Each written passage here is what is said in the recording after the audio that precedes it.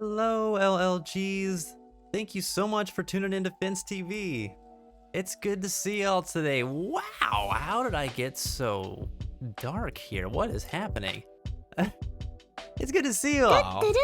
Hello, Tootaroo. Right away, Jenny's pressing the button. Oh my goodness. How are you all doing today? Thank you so much for tuning in.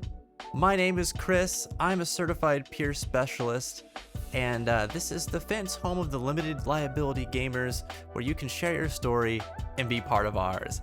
I'm really happy to be here today. Happy Thursday to all y'all out there. It's November 4th.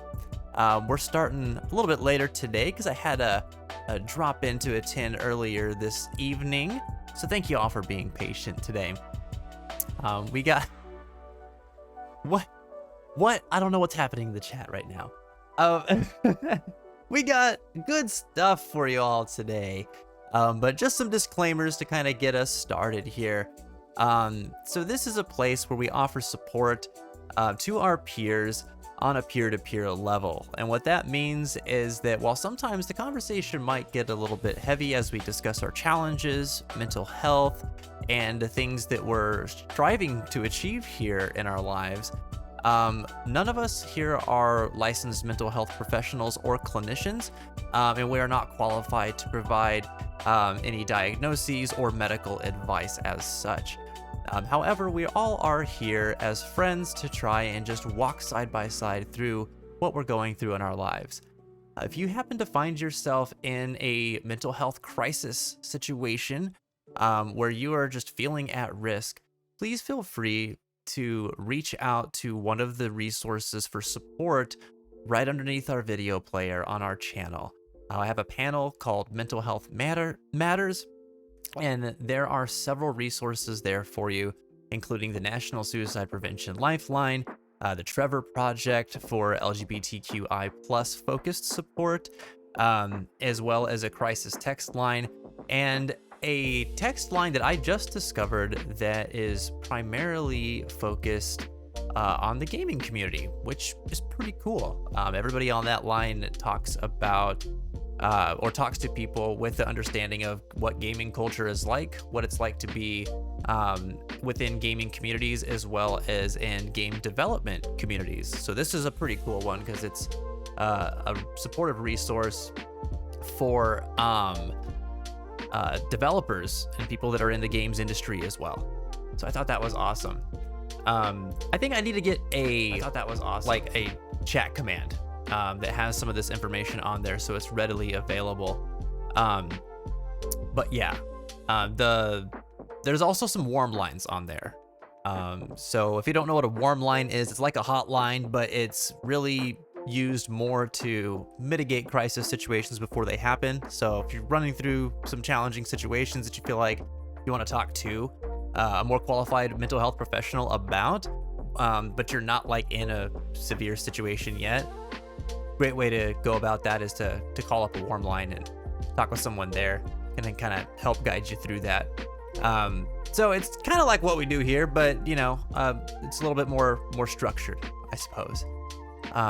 But yes, please take your mental health seriously, everybody, and know that as much as we want to support each other here, there are limitations to what we can provide, but we will do our best. And where it comes beyond our limitations, there are professional resources available to you, okay?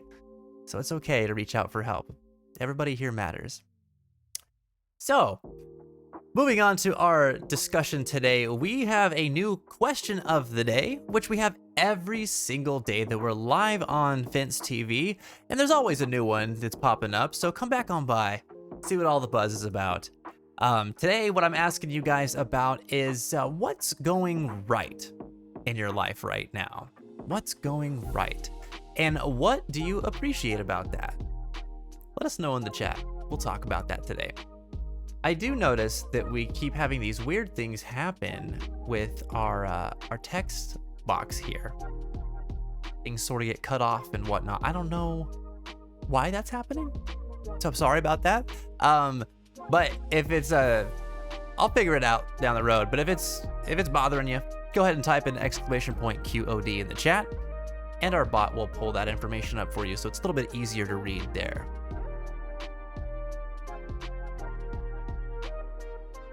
All right, let's see who we got with us today, friends. Mashi, Jenny, and Jen. Sorry, I don't know what happened there. I was trying to read. And we got our keepers of the fence with us today. Thank you guys for being here and helping keep our heads up and our hearts strong today. CJ, what's going on, buddy? Welcome back, man. It's good to see you today. How are you doing? And Reggie, same to you, my friend. Welcome on back. Conflict. Hello, hello. How are you doing today? Very good to see you in here. Welcome to the fence. I like your name. That's cool. It's like an upside down L as the 7. That's awesome. You are Chad, actually. Jen, you are Jad. Okay? Yeah, CJ remembers. Sometimes things get lost in translation here, everybody. Memory's not all there all the time, but we're here for you. All hail Jad! Oh man. Who's ready for the weekend? What are y'all's big plans for the weekend?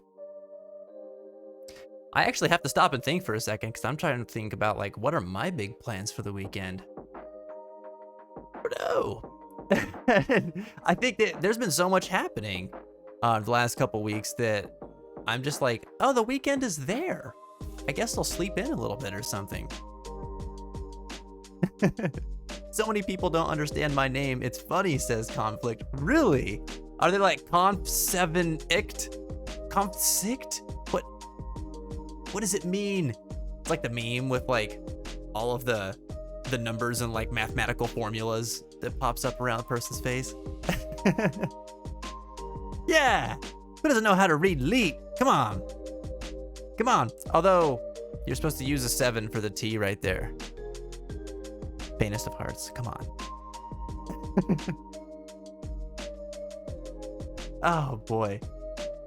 Jenny says playing Kingdom Hearts 1 on proud mode level 1. What is that in reference to? Are you saying that about something, or is that just something you're doing right now? I mean, that's pretty cool. You're such a noob. Come on, Jenny. Come on, Jenny. Jen, what's happening? Now I'm the noob. Oh man, Kingdom Hearts 1 on proud mode level 1 that's the tough run right there. That's a tough run. That game is hard. Nobody gives that game enough credit for how difficult it is. Who am I? Who are you? What do? What doing? What do? Conflict says, well, first they put the con, and then people just suddenly give up at the 7. They're like, why bother? Why am I even gonna do this? I don't know. What is life? Conflict, did you know that you're giving people existential crises? I'm just kidding. Yeah, I love Twitch because everybody's got such interesting names. And sometimes people are really clever with them, like you are. And it always creates these really fun moments whenever you first enter someone's chat and people are like, how do I say your name? What is happening here? One of our moderators, Lost Am I, we call him Lost. When he first came in, the way that he had his name written out, people commonly mispronounce his name as Lost Ami. And so it's always funny to see that conversation happen. Sometimes we'll raid people and he'll be there and I'll see like the other streamer do it. And I'm like, oh man, that takes me back, you know? 4 and 7. Mashi, you're trying to give me brain hemorrhage here. Oh my gosh. Yes, definitely check out our new channel points rewards, everybody. We got some new ones.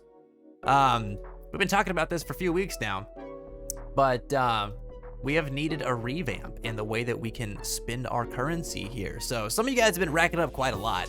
You got some things to spend it on now. So enjoy.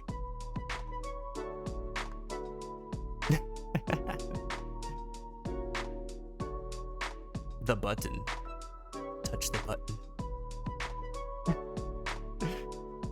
Jenny says, luckily the ability 0 AXP has a hidden second chance.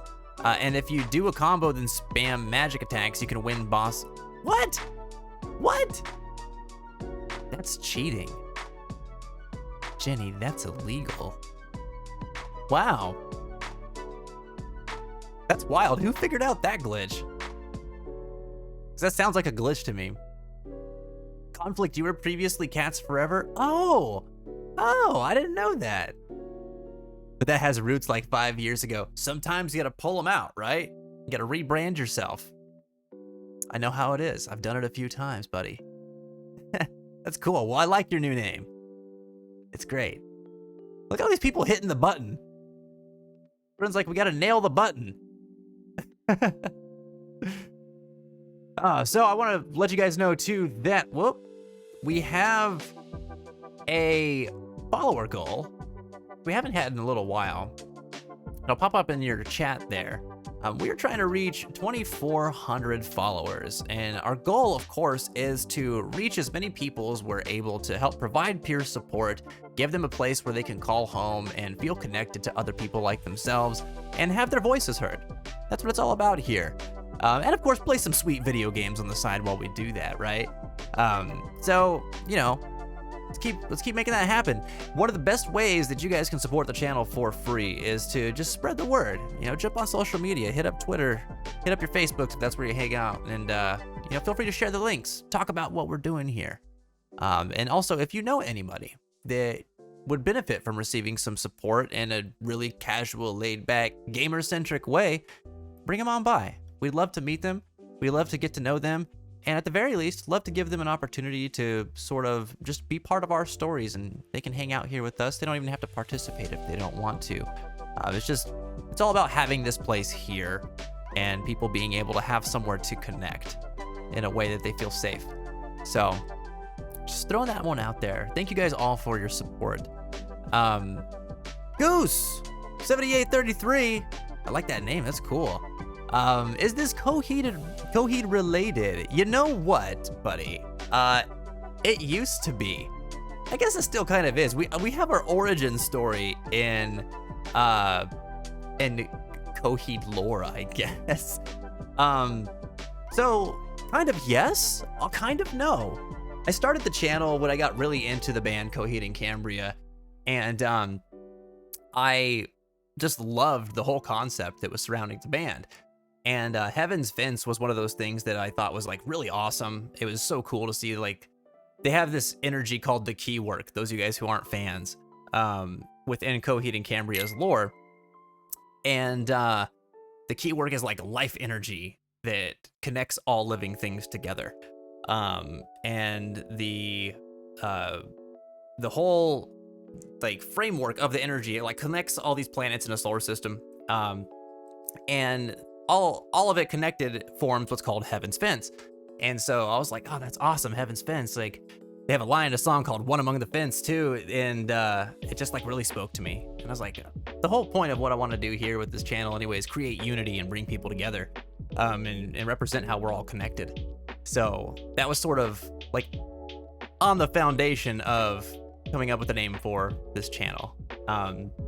So it's gone through a couple of iterations. I was Fence Child LLG first, and then I became Fence TV. And that's kind of where we're at right now. But yeah, good eye, Sniper. You got it, Goose. Yeah, thank you so much for following the channel, by the way. I appreciate the love and support. You know, you're one among the fence now. Probably have been for a while from the sounds of it. But thank you so much. Guys, get some welcome commands out there. Bring Goose on over to our side of the fence. The grass is now a little bit greener. The follower sound for a while was One Among the Fence. It was. And then DMCA strikes started happening. And I was like, oh boy, I better take that down before I get, like, banned or something. Oh, I miss it though. Miss it.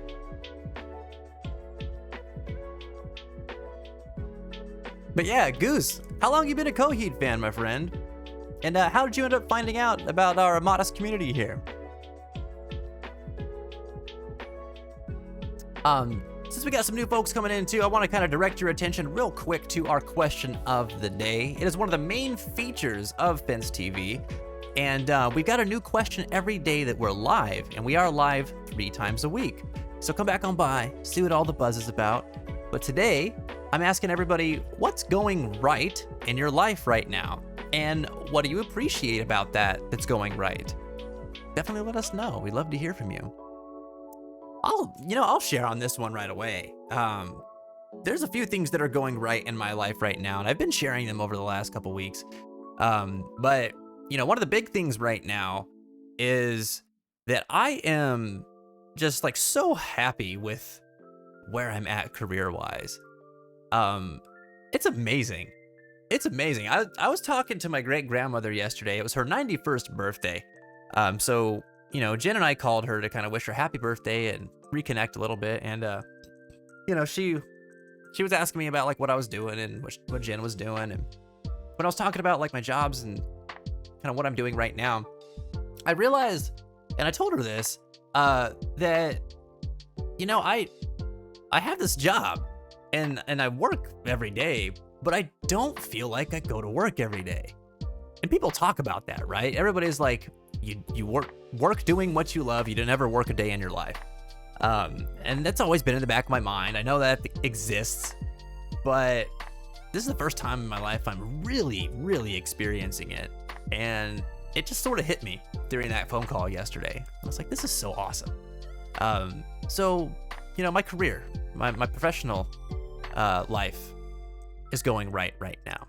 And what I appreciate about that is that it really has given a whole new light to my life. It's allowed me to reframe it in such a positive way, where I still have bad days and struggle with mental illness and things like that, but like, gosh, I feel like I have so much to live for right now and so much motivation to go forward and to try to do new things, to grow as a person.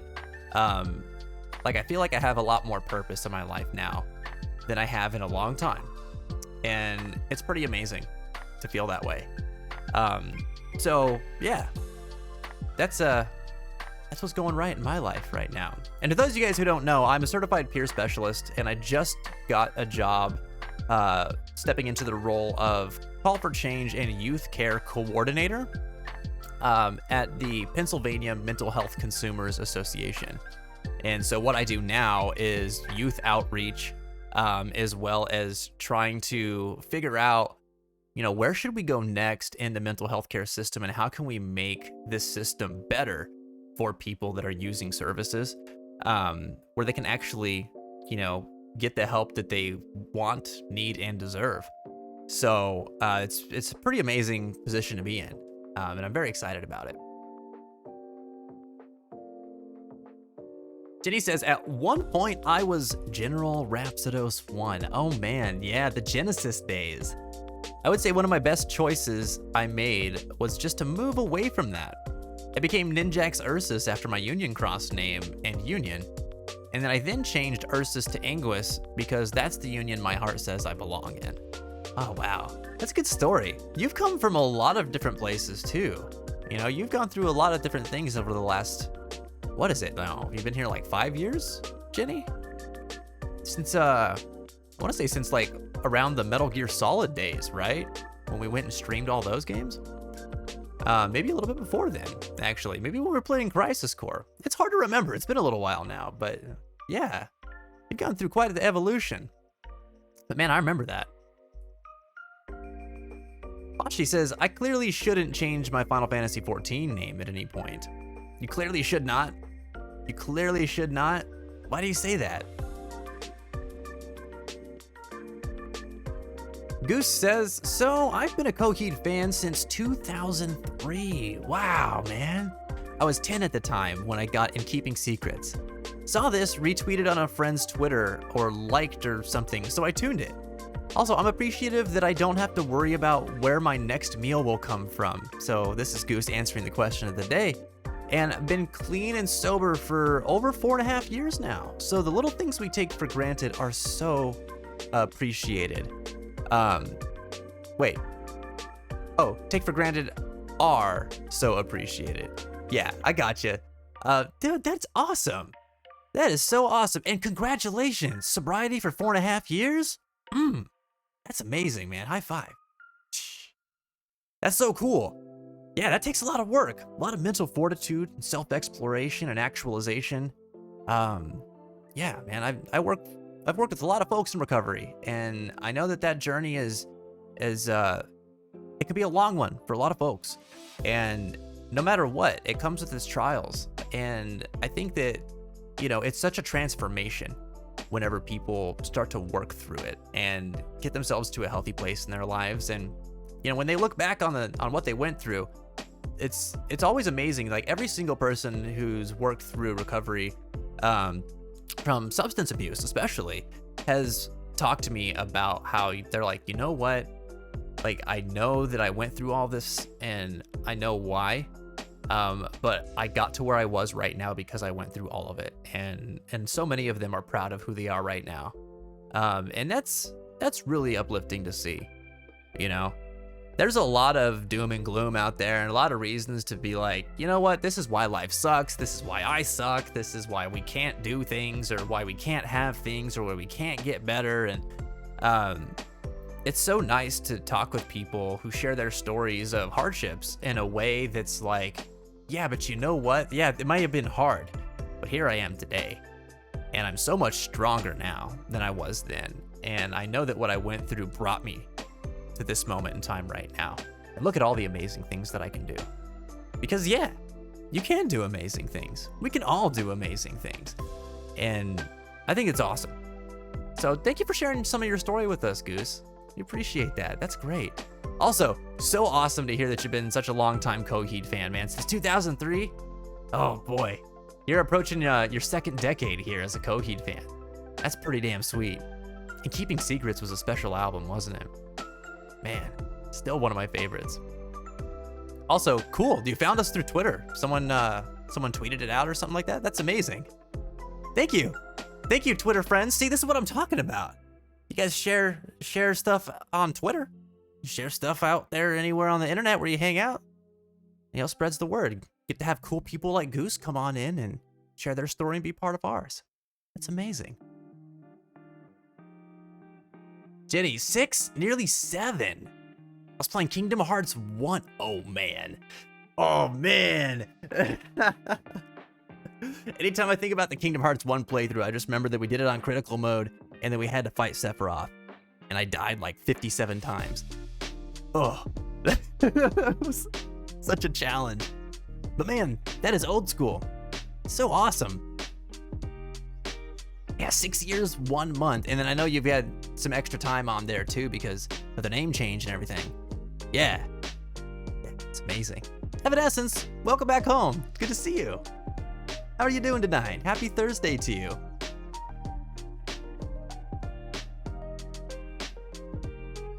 We got 3 years, 3 months for conflict. Woo. Woo. One of these days you're gonna type in that age command, you're gonna start to feel old, buddy. Not yet, but one of these days.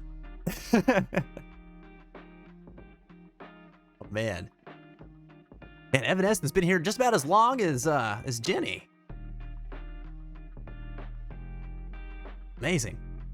Jenny says, sounds like my attitude towards the Genesis days. I'd rather not think about them, but I turn into who I am because of them. Yeah. Yeah, and you know what? You can look at the Genesis days and you can be like, yeah, maybe that's not who I am now. But it's part of your story.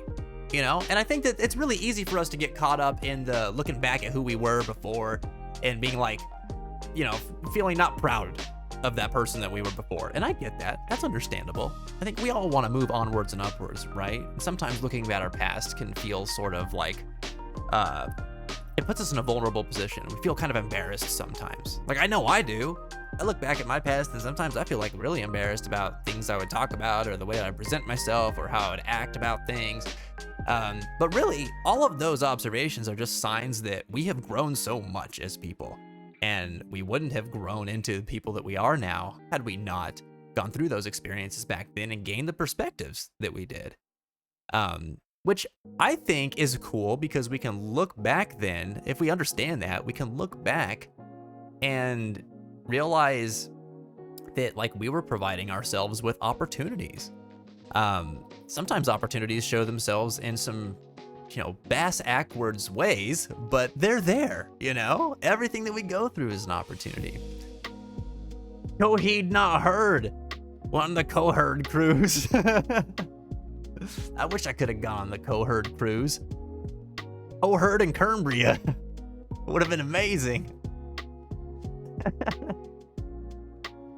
3 years is the fifth of my life. Conflict over here hitting us with math. Oh man. Yeah. Isn't that wild to think about?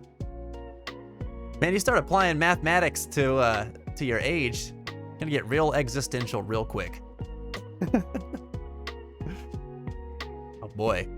Evanescence said, beat Okumura today, and I forgot how enraging his boss fight is. Oh, any Persona 5 fans out there in the chat? Y'all remember Okumura?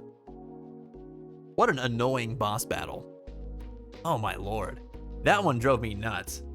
Now, I've only played Persona 5 one time, but I remember that boss battle very well. I died a lot. That boss battle was so frustrating. Conflict said, I've been playing Kingdom Hearts Birth by Sleep recently. Oh yeah, dude. First Kingdom Hearts game I've really played through, and it's so great. I did Ventus' story, and now I'm on Terra's. Yes, Conflict.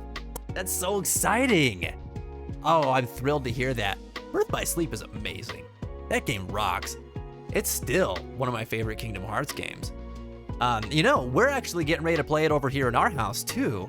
I've been sort of playing the Kingdom Hearts series with Jen. She was playing through the series, like she played Kingdom Hearts 1, and then I played Kingdom Hearts 2, and then she started playing Chain of Memories, and then I finished Chain of Memories. We're together while we're doing it because she hadn't experienced all the different Kingdom Hearts games. She'd only played the first one and the third one. And so Birth by Sleep is next on the list. And I'm very excited to play that game again. I'm also very excited to see what Jen's thoughts are on the story of that game too, because it's so cool. Ventus's tale on that one is absolutely wild, man. It's so cool. It's like one of the best ones. I'm not gonna say anything that spoils anything for you, by the way, Conflict, but I hope you enjoy the rest of the tale. And nowadays, you got access to the Final Mix versions too. I actually haven't played the Final Mix content in Birth by Sleep, so I'm excited to see that for the first time. That's cool though, man. I'm super excited that you're playing that. Okumura's harder and royal? That sucks. Why'd you have to make something sucky even suckier? That's not fair. Mosh, you haven't played any Persona games? What? What? That's wild. I would not have expected that. Is there any reason why? The boss battle, that's actually easier on hard. I don't get that. I played that game on hard. That fight made me so frustrated. Goose says, you summed it up excellently.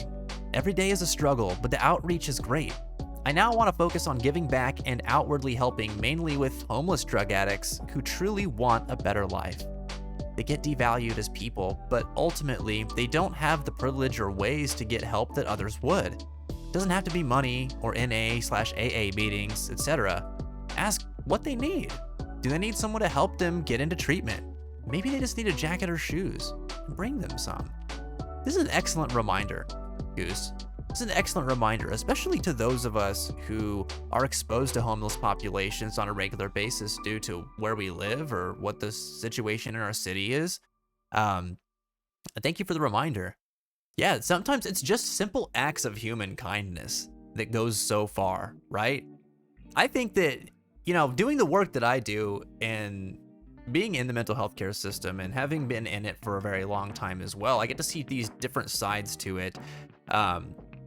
And so much of mental health treatment or substance abuse treatment, like the success stories that come from it, come from people being able to be treated like people. Like it gives them hope. And it's not even just about giving hope. Like it's simply about like the humane act of treating people like people. That's so difficult for some of us sometimes because of our social status. I think that gets in the way a lot of times, where it causes us to frame the world in a way that just is always about reinforcing a social structure. That's why we look at people based on their class, or based on their level of success, or their job, or lack thereof. You know, and so when you're saying here that like the way that you want to give back mainly was with homeless drug addicts, and, you know, wanting to just show them some kindness, you know, treating them like human beings, that is massive. Like, whoever you go to in your life where you do that, you know, whether it's just bringing them a jacket or shoes, or, you know, simply asking them the question, what do you need? How many times do you think that people ask them the question, what do you need? Probably very, very rare, if at all. And yet there will probably be a lot of people that they're exposed to who say what they should be doing, or tell them their opinion on how they're living their life, or something like that, right? So asking a simple question like, what do you need, is massive. And I think, you know, this is especially true for homeless populations and people who deal with co-occurring disorders or substance abuse or mental illnesses. But I think that's true for everybody. Everybody. Most of the things that happen in our lives are, you know, we view them as either they're part of our lives or they're supplemental to our lives. And the people that we come across are often treated as such too. You know, there's the memes that are out there on the internet that's like, you know, everyone thinks they're the main character, and then everybody around them is the NPCs, right? Or the deuteragonists, like the supportive characters. And I think that anybody who's not in our social circle is an NPC in our mind. And not to cast judgment on anybody or anything like that, but I think that's the way that's automatically perceived. And so it causes us to sort of like disassociate from people sometimes, and not treat them the way that we would want to be treated. And the point I'm getting at with that, in terms of what we've been talking about, is that like, we don't even think to ask average people what they think, or how they feel, or what they need, you know? Think about this, like, you go up to meet somebody, and what's the common phrase that people always say whenever they greet each other? Hey, how are you? How are you? Think about the question for just a minute. It's so common, so normal, we say it all the time. How many people are actually interested in hearing the answer? Not many, right? And you know, we all probably do it too. Probably go out there and say, oh, how are you? Good. Oh, that's good. You know, and then just carry on with our day. I think that there's something to be said about small talk, and that, yeah, that's where we start our connection, you know? There's nothing wrong with that. The point I'm trying to make is that we don't always sincerely ask people what is going on in their life. What do they need? How are you doing? No, really, how are you? You know? And when someone does, it is a big deal. It's awkward to navigate at first because we're not used to it. And then when we realize the person's being sincere and genuine, wants to know, oh, how am I doing? What do I need? What's going on with me? It's very liberating and freeing to be able to say what we're feeling, or what we need, or what's going on. It's so important to do that whenever we get the opportunity to. And if there was a way to sum up what we do here, I think that really, really does it, is we give people the opportunity to do that here in this channel, in this chat, which is awesome. I'm really happy to be a part of that, and to see you guys do it too. So, you know, thank you for everything you guys contribute to here. And I hope you guys go out there and just, you don't have to do it all the time, but just when you think about it, and try to think about it a little bit more actively from time to time.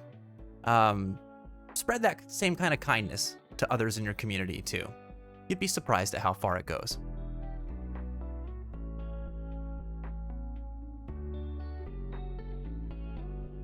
Conflict said earlier they hadn't played Persona 5 yet. Oh my gosh, you gotta jump on that, dude. You gotta jump on it. Maybe after you finish Birth by Sleep, because That's important, okay? Birth by Sleep's important. You got the all-in-one collection. Also, I know who you are, buddy. I know, dude. Thanks for sharing. Are you cool with me calling you Jared here in the chat? Or would you prefer me just call you by your screen name? I just try not to just out people in the chat setting all the time, unless they're cool with it. Final Mix content on Birth by Sleep's really, really fun, says Jenny. Is it really? Man, I'm excited to check it out. I hated hearing, this is the power of Okumura Foods. 10 times of battle. Come on, man. You don't love that? You don't want to make that your ringtone? Or better yet, your text tone? Oh, no. Guess I didn't quite get into the series yet, Mashi says, aside from the crossover one with the Fire Emblem characters. And still never played that one either. That game was cool, and I never finished it. Tokyo Mirage Sessions FE Sharp, right? What a title. Yeah, that game is really cool. I wish I would have finished it. Actually, I should probably get back to it at some point. It would definitely give me a reason to bust out the Wii U again. Or better yet, your notification tone. That's asking for trouble. What? That might be where we draw the line. Some people just like to see the world burn. Goose says, you're so super good at this. Glad I found the channel. Goose, thank you so much. I'm glad you found the channel too, and I appreciate the compliment, buddy. Very, very much.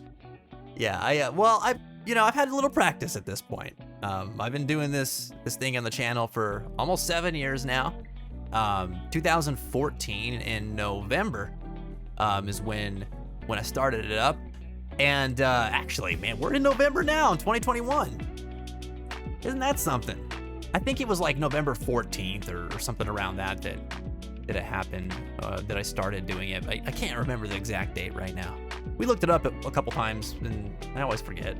But the point is, yeah, I've been doing this for a little while, so I gotta get okay at it, I guess. But I love it, man. It's so cool. It's weird still. It's weird. I don't see a lot of folks on Twitch doing stuff like this. I've seen a big rise in mental health focused channels, which I love. And so we see a lot of like educators and people out there trying to teach people about mental health, mental illness, and being advocates and raising awareness and stuff like that.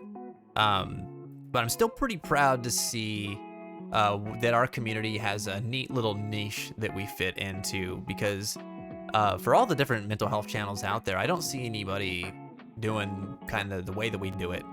Having this open forum and where it's very much guided, not just by the presenter, but by the people that come in and share their stories and connect with each other. And that's so valuable to me. I could sit up here and preach at everybody for hours, and that's fine. But I think there's much more that we can all get out of hearing each other's thoughts and, really placing value in what one another has to say. Like, that is much more interesting to me than just having a platform where I can talk to people. I want to talk with people, and I want to give people an opportunity to talk with other people too. So, it's just really important to me, and I'd like to do it. And I always appreciate the encouragement from folks like yourself. So thanks a lot, Goose. Jared J. Fred? What is J. Fred? Where does that come from, Jared?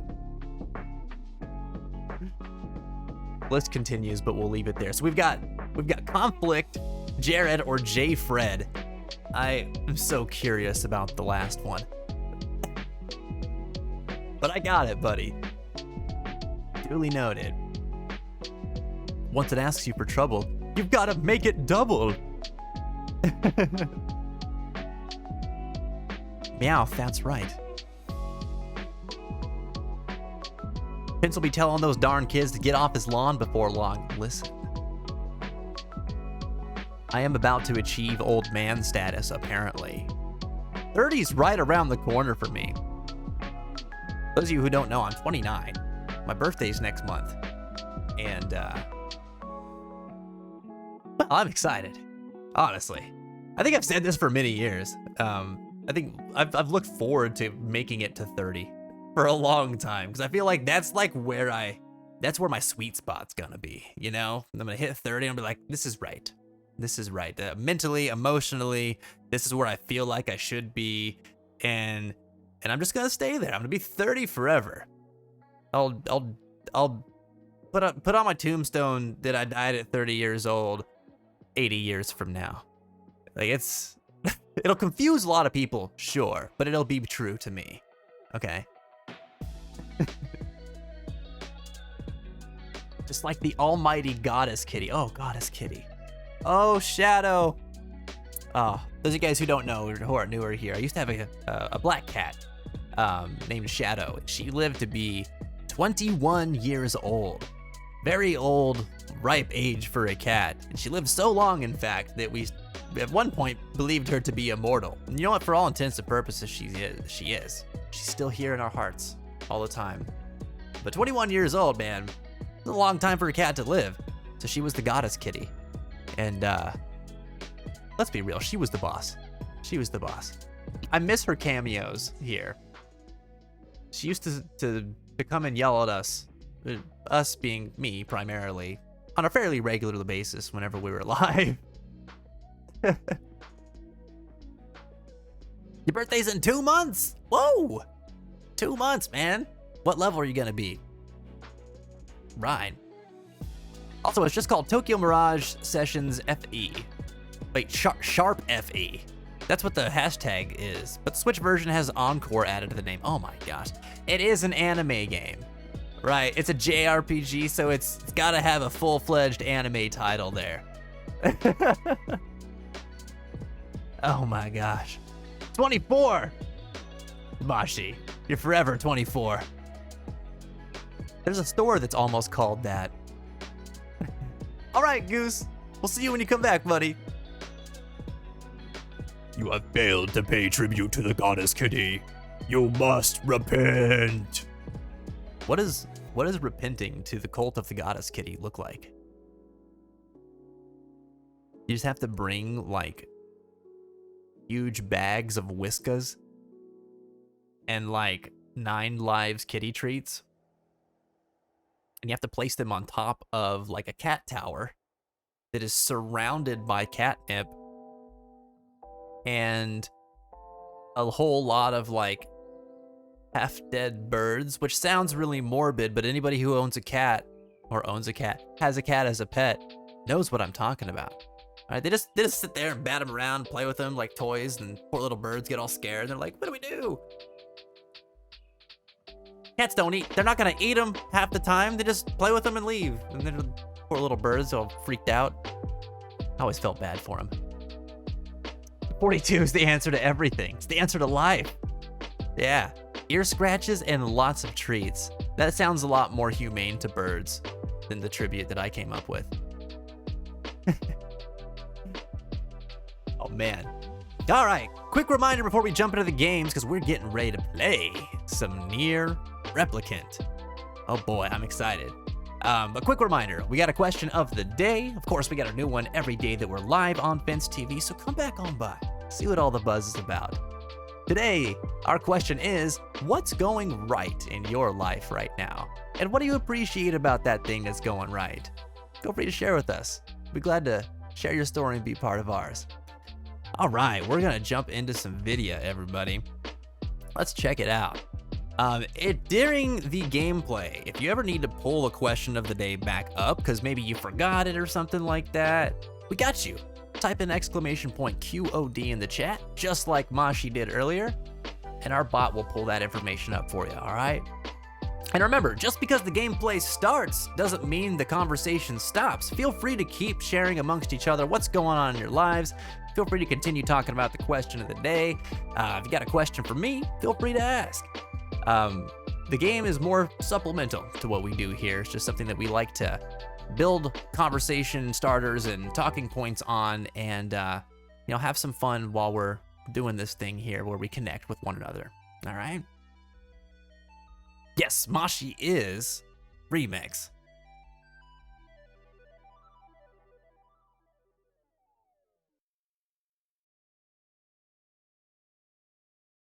I don't know why. I think it's because you guys' names are the same color on my screen, but I thought Mashi just hugged himself.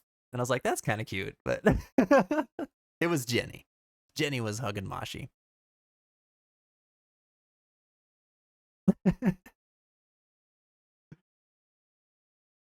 I hug myself.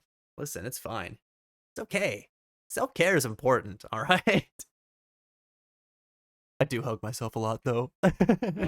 There's nothing wrong with that. Not a gosh darn thing wrong with that. Where are we at here? 56 hours? Oh my goodness. You remember that time when Emil went zoom and the Aerie went boom? I feel like it was just yesterday that happened. That's rough, tough, real stuff right there. So, kind of catch everybody up to speed on if you missed the last replicant stream. We came to the Aerie in response to a strange letter that we had received from the mayor of the Aerie, and they said that they were opening up trade and opening up a marketplace and invited us to come and check it out. Now, this is especially weird because the people of the area are very reserved, they're very standoffish, they don't really want anything to do with anybody, and they don't welcome outsiders. So, we thought, that's weird. We came to the Aerie, check it out, and lo and behold, something weird was going on. The mayor didn't remember writing a letter. We went to kind of find out who might have written the letter, and in the process revealed that we are in the process of hunting down and killing every last shade in the world. Shades being the bad guys of this game. And in doing so, it the person that we were talking to, it triggered them. They got all weird and transformed into a shade. And then we realized that shades had been in the Aerie for quite some time, and it looked like they were disguised as humans, or that humans were just simply possessed by shades. It's still kind of hard to tell. We don't really know what to make of this yet. Anyway, a whole uprising and outroar ensued. We got involved in a large-scale battle with the shades. A giant shade appeared that we had to fight, and Emil had to deploy the ultimate weapon that was inside him, and he shot a gigantic laser at this big shade, and then he ended up atomic bombing himself with magic energy, and it caused this to happen. So it just wiped the Aerie right off the map. There was a whole town attached to the cliff sides and stuff like that here. It's gone now. And he kind of lost control while trying to save everybody and ended up destroying everybody. So he was pretty heartbroken over it and upset. But Nier, his friend, this guy, protagonist, talked him down, let him know that he ended up saving his friends, despite the sacrifice that was made. And then we got an appropriately named stone tablet that is part of a key to Shadow Lord's castle, Shadow Lord being the big bad of this game. And now we're missing one final piece of that key in order to get into the castle. So this thing is what we're working with here. We're missing the Loyal Cerberus piece. So we're gonna have to go back to the village, and I bet we're gonna go talk to Popola and find out what her thoughts are on this whole thing. Thanks for updating the game. I appreciate that. We thought the area would be there forever. I was convinced. It should have been. I want to go hang out with those weird people for quite some time. Had some stories to hear from them. Now we'll never get to hear them. And he did go shut up book, that's for sure. Shut up book. Just like that.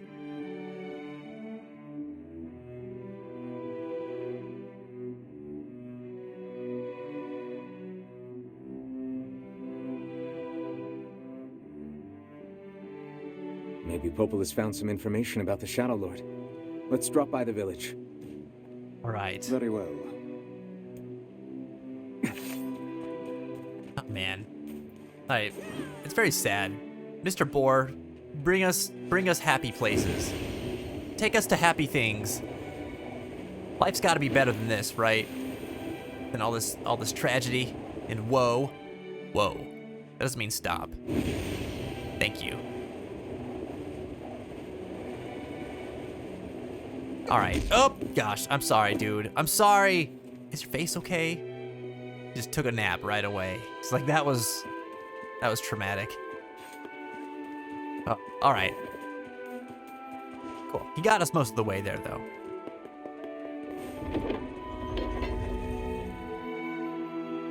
Hello, Mr. Fence and Chad. It's Jad, okay? What's up, Garrett? Welcome back, buddy. How you doing today? I'm kind of in junk food-induced coma, but I tried. What was your junk food of choice today, Garrett?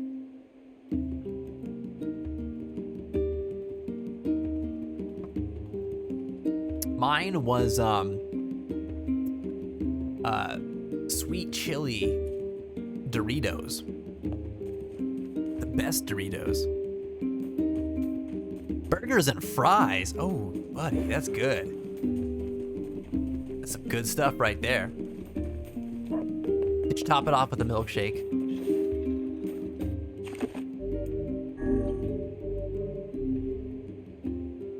All right.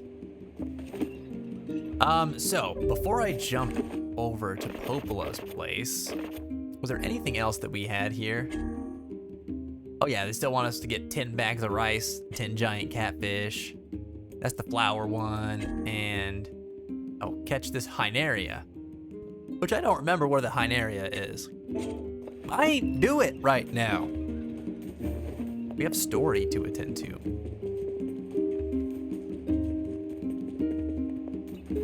Now, Jin is Chad, but if you be a metal guy, you could do a mosh pit. Oh, a moshy pit. That's clever. I like that one. Goose, welcome back, buddy. Good to have you here. Yes, we got some near replicant coming. Have you played this game at all yet, or have you heard about it? The big nope. What? We can't join your mosh pit? Well, that's just selfish. I think I'm beginning to understand. Climate change wasn't the cause of our woes. It was only a symptom. The real trouble started when something terrible came down from the sky. Oh boy. It seems that this event turned the world into a metropolis of salt.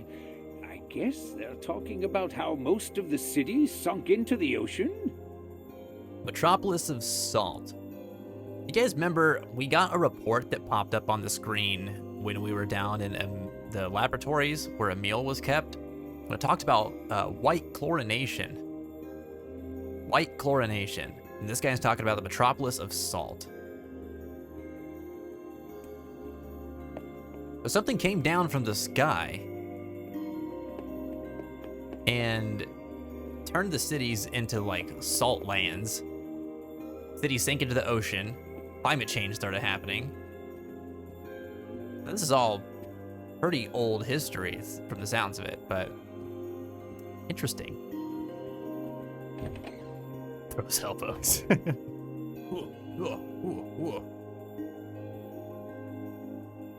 I've played like 10 games in my life, says Goose, but I've always loved watching people play. So I'm not an expert, but I enjoy watching. Hey, that's awesome. Well, and then you're on Twitch. That's the best place to be for someone who likes watching people play games. You know, I used to get people ask me all the time, like, why do people want to watch people playing games? That doesn't make any sense. Why wouldn't they just play the games? And I'm like, what's weird to me is that you're asking that question. There's something so gratifying about watching people play a game. Because you're not just watching and experiencing the game. Like, you're also experiencing another person's experience of playing the game. And that's really fascinating sometimes. Plus, we don't always have time or motivation or energy to play a game, right? Especially something that we're not really like into gameplay wise, but maybe we're really interested in like the narrative or something that like the game does. And so we still want to experience it in some way. There's a whole number of reasons why you might want to watch someone play games. Goose, what are some of your reasons why you enjoy watching people play games? Hey, Popola. Ah, you're back. Have you learned anything more about the Shadow Lord's key? I'm sorry, but it's going to take me some time yet. I see. Well, can I take something off your plate in the meantime? Oh, how about this? You know the ferryman with the red bag, right? I know of him. Love the red bag man. Well, he's been skipping out on work lately. Can I ask you to go to Seafront and check on him? Skipping out on work? Sure thing. Okay. Something wrong with our red bagman? He's a good boy. Nothing bad can happen to him. Games are like interactive movies. Yeah. Yeah, totally. Oh. You know what that means? Hydrate time. Get your drinks, everybody. Drink them if you got them.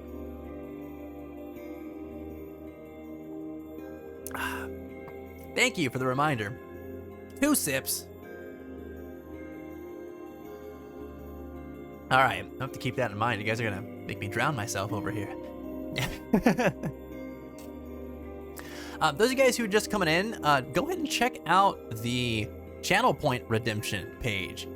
We got some new redemption rewards that you guys can spend your hard-earned points on. You almost feel pregnant. Oh no, you got a food baby.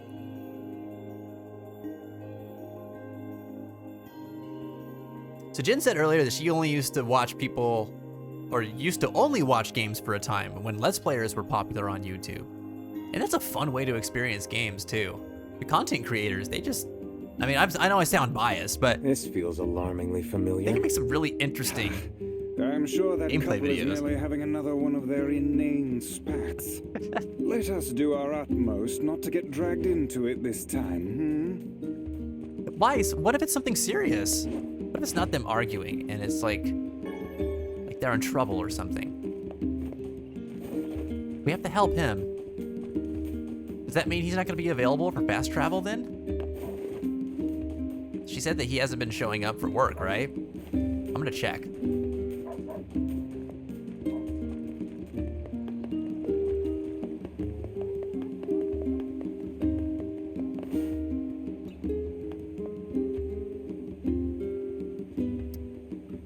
Wait, Jenny, what do you mean? You said, I like answering this question to offer up my knowledge. I became a teacher for a reason. Oh, for the question of the day. Yes. Is that like what you're saying about what's going right? Or am I missing something there? I might have been missing something there. In which case, I apologize. Goose says, I think it's all of the excitement without any of the work. I understand that for sure. For example, Goose continues to say, growing up, my friends loved this about me because they loved playing, and I love watching. The root of it is I'm terrible at RPGs and first-person shooters. Plus, playing games with my wings and webbed feet is difficult. Oh man, I imagine that would make things difficult. Wait, help me understand what you mean though, the wings and webbed feet. Like what you talking about there? Yeah, you know, my mom used to talk to me about this a lot. I've always loved video games. Like I've been a gamer since I was like 3 years old. He is gone. Oh man. Okay. Yeah, I've been playing games since I was like 3. And whenever I was a kid, the friends that I would invite over, you know, most of the time we would play some video games together. But I had this issue for a while with sharing, where, you know, everyone used to have this rule, like, we will take turns playing a single player game or we'll play a multiplayer game. And so if we played the single player game, I used to spend a lot of time playing games, so I was pretty good at them. So we'd have the rule of, when you die, you switch off. It's someone else's turn. Well, I didn't die very often. And so people would end up like coming over, and then I'd be playing games for a long time and they wouldn't be playing, and my mom would get mad and she'd be like, let your friend play, let your friend play. And you know, there were some friends that I had that, you know, they really wanted to play, so we'd argue about it or something, and my mom would be like, you need to let your friends play games. And as I got older, more and more of my friends, just through circumstance, like I just kind of lucked out in this way, I guess, but they enjoyed just watching people play games. And so, you know, I got pretty good after a while of sharing, and I'd be like, you want to play? And they'd be like, no, I'm good. You sure? No, I'm okay. Be like, okay. And then my mom would come in and be like, she'd like look and kind of scope out the room, and then she'd look at my friend and be like, is he letting you play? And I'd be like, I asked them. And they'd be like, yeah, it's fine. It's like, I don't really want to, you know? My mom used to think it was weird. And then I would go to my friends' houses and they'd be telling me about a game that they were playing, and I'd be like, oh, show me. And they'd start playing it, and I'd be like, this is cool. Like, I'd look forward to getting the game myself or borrowing it and going and playing it at my house. But most of the time, I just wanted to watch them play it because they were familiar with it, and, you know, they could show me things that I didn't know about the game, and it would get me really excited about it. And then I was like, oh, this is really fun. And I would just love to watch like what my friends did when they played the game. And then when I started sharing more of my games with my friends and letting them borrow it and stuff, I would love like hanging out with them while they were playing it, because they would play the game so much differently than I would. And that was really enjoyable to watch. So yeah, it's cool. It's awesome. In this day and age where it's so easy to watch people anywhere play a video game, that it's become such a more popular activity. I think it's easier for people to understand now why people like to watch people play video games, but I still get the question every once in a while. Yo, Chris, what is the button? Press it and find out, man. The button must mean a full Persona 5 Royal playthrough where you do all confidants and all side content right away. You've got 1 hour to get all of that done. That's what it means. All right, Jin, we'll see you soon. No, why you enjoy watching people play video games. Oh, that was your answer to that question. So the reason Jenny likes to watch people play video games is because she gets to offer up her knowledge, and she was delegating that back to why she became a teacher, because she enjoys teaching people. That's cool. So when you watch people play video games, you like to like give them tips and offer them like help and support and stuff like that. That makes a lot of sense. That definitely falls in line with what I know of you. Huh. If you want to drown, I can throw my 45,100 points into hydrate. I'm gonna have to put a limiter on the hydrate button. Of all the things I thought I was gonna have to limit, I did not think it would be hydrate. Ow! Don't hit me.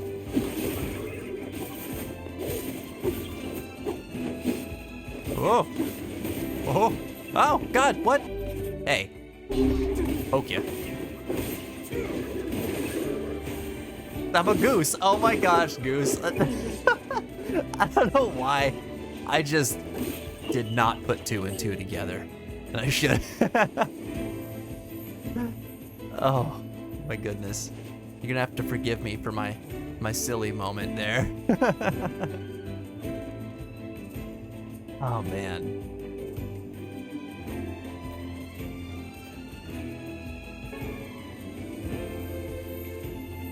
Garrett pressed the button. They did it. Whoa! Kari Micro is raiding. Oh my goodness. Hello, hello. Let's welcome our raiders, everybody. Get those hearts in the chat. How are you doing, guys? Thank you so much for coming in. It's very nice to meet you. Thank you for the raid, for sharing your lovely, lovely communities with us. Can we get a caster command out for Kari Micro, please? Go show them some love and support, everybody. They're doing it with us here. That's awesome. Hey, Vince, I don't know if you remember me. I was Sky Aquamarine. What? No way. Very cool. I do remember you. It has been some time. I'm digging the new name. It's very nice. And also, look at this cool thing that you got going by it here. Look at this. That's the GlitchCon icon. I didn't even know what that was. That's a cute logo, though. That's cool to see you again. Hello. I'm doing wonderful. Thank you for asking. How are you doing? How was your stream? All right, Jenny, we'll see you next time. You get some rest. Keep your head up and your heart strong. We'll talk later. Yeah, guys, go on over to Kari Micro's channel. Show him some love. Drop him a follow. And that is awesome. You were playing Valorant. Oh, man. You know, I've watched some people play Valorant, and it looks like a really cool competitive game. I hadn't played it yet myself, but it looked pretty interesting. And, like, all the characters have their own unique abilities and stuff, and it looks pretty fun. I love watching people play it because everyone seems to have such a good time with it, and, like, teamwork can make some pretty amazing things happen there. Hopefully you played hard and won hard today too. It's hard, makes my back hurt, literally. You're carrying so hard. Well, anybody who's coming in from Kari's channel, let me tell you a little bit about myself. My name is Chris. You can also call me Fence. I'm a certified peer specialist. I provide peer support on this wonderful platform that is Twitch. I'm also a variety streamer who likes to really focus the gaming content in on RPGs and JRPGs. I love games like Final Fantasy, Nier, Automata and Replicant, and the Kingdom Hearts series are all beloved franchises here on the channel. And what we like to do the most is to give people an opportunity to share their story and be part of ours. And that means that we share our challenges with each other, we celebrate our victories with one another, and we walk side by side, supporting each other as we go through this life as human beings. We do have a strong focus on mental health and talking about it and giving people an opportunity to share about theirs. And we also like to play video games with the focus of talking about stories that are told in the games, relating them back to the real world and how they can, you know, shed some insight into the human condition, into society, into the way that life works and is lived. Because we feel that video games offer us a really cool lens and unique opportunity to explore people and characters and settings that we might not otherwise get to in our lifetimes. And I think that the artists that put these games together are putting together some incredible worlds for us to explore. And I love to delve into them and kind of pick them apart, trying to see like what lessons they have to offer for all of us. So if that's something that sounds like it floats your boat, you came to the right place. So I appreciate you supporting Kari and coming and hanging out with us today and on that raid. So we're actually, we just started playing Nier Replicant again today, about 20 minutes before y'all came in. So we're getting started with our gameplay session today. So we're gonna jump back into that, but thank you all so much for being here. I appreciate that. I keep on missing your streams, Fence, says Kari. I'm just glad I finally caught you. Yeah, I'm glad you did too. It was awesome. Totally unexpected. I have definitely missed seeing you around. I feel like it's been quite some time. When did you last change your, or not when did you last change your name, but when did you change your name to Kari Micro? And you know, I think that one of the reasons you've probably been missing my streams is that I just started streaming more frequently again a couple weeks ago. So I was only streaming like once a week for, gosh, man, like a year and a half. Just because that was all that I really had the time for. But things are a lot different now. And so I'm back to streaming 3 times a week. So I imagine we'll be able to catch each other a lot more often. Stream was good. You've been focusing on your games now. Cool. Are you playing other stuff other than Valorant?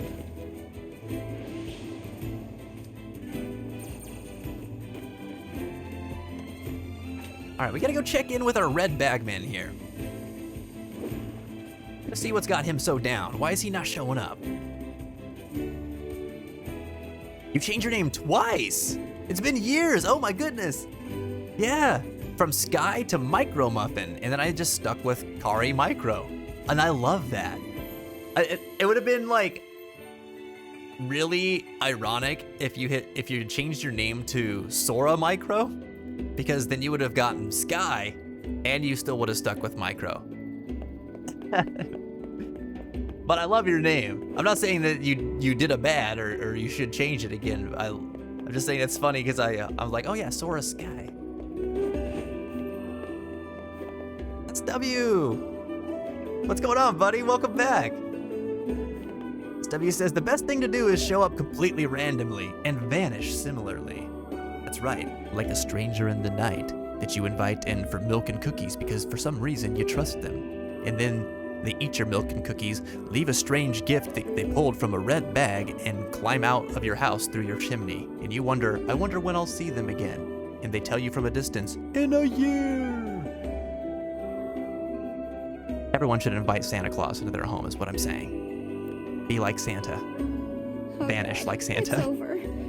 My life is over. What's wrong? Oh, hey, I remember you. You're the ones who helped us out way back when. Seeing as we've come all this way, I suppose we had best ask, what is the matter? I expected to see Red Bagman. What have you done with him? I had a fight with my husband, and he ran away from home. Wait a minute. When we first met these people, wasn't it the opposite? Like they had a fight and then he thought that his wife ran away from home, but it was like a total misunderstanding. She was just out like visiting her family or something like that for a week. Oh my gosh. Yes. You may color me utterly flabbergasted. But it's all that idiot's fault. Of course it is. I was saving up a bunch of apples, and he went and ate 10 of them. That's actually sort of impressive. Well, sure, I may have lost my temper a little, but I can't believe he just up and left. He's been gone for a week now, and it's... All right. We'll help you find him. Oh man, this is gonna be a misunderstanding too. I just know it. Kari says, I also play Apex and chill games like Animal Crossing. That's amazing. You play Valorant, Apex Legends, and Animal Crossing. That is such a cool combination of games. You gotta get out all your rage and your competitive energy and then just kick back and relax with some sweet, sweet tunes and friendly animal people. Love it. But most of the time it's Valorant and some art. You do art streams too? What? We definitely have to tune it in and check it out. That's so cool. I didn't know you did that. Screaming at your partner, the bedrock of a healthy relationship. Oh man. Wait, they always tell you need to communicate, right? Yelling is a form of communication. Come on. Really? Oh, thank you so much. You are welcome. You know what, I have no idea where to begin. And here we go again. Shall we begin by asking around at the tavern like before? That seems about right. Yes, let's do that. Animal Crossing is just therapy from Val. Yep. I figured. It's good therapy. It's happy therapy. There's nothing but good vibes in Animal Crossing. Speaking of, you guys know, Animal Crossing fans out there, that the new update just went live, right? Like I think it was supposed to go live, like, was it today and it went live yesterday or something like that? I don't remember the specifics, but it's out now. So they brought all kinds of cool stuff in. You've got like new fancy secret islands you can explore. Brewster is back, so you can go hang out at the cafe with your friends or just by yourself or meet your residents there. I think there's some new KK Slider songs and new animal residents to find. And gyroids are back. Little musical guys. That's pretty cool. You really have terrible... All right, lady. Hey there. I'm looking for the guy with the red bag. You seen him around lately? Give up the bag, man. Tell us. Really? Is that couple fighting again? Well, of course. Always. Yeah, the guy took off and hasn't been seen since. I right? Hardly. Oh, Their crap. arguments are legendary. We're actually considering selling tickets as a tourist attraction. Oh, that's mean. Oh no. Kari said, enough for me. I'm just so glad I finally caught up with you. Yeah. And never feel like it's just enough. You can always share things that are going on in your life. I'm super interested in hearing about them. And I appreciate that you feel like you can share them here with us too. So anything you ever want to share, feel free to, Kari. Yeah, it's so cool catching up. You were so hyped about the update. Yeah, it's so awesome. Hey, I've fallen out of Animal Crossing. I actually haven't played it in a little bit, so I'll have to go and check it out for myself soon too.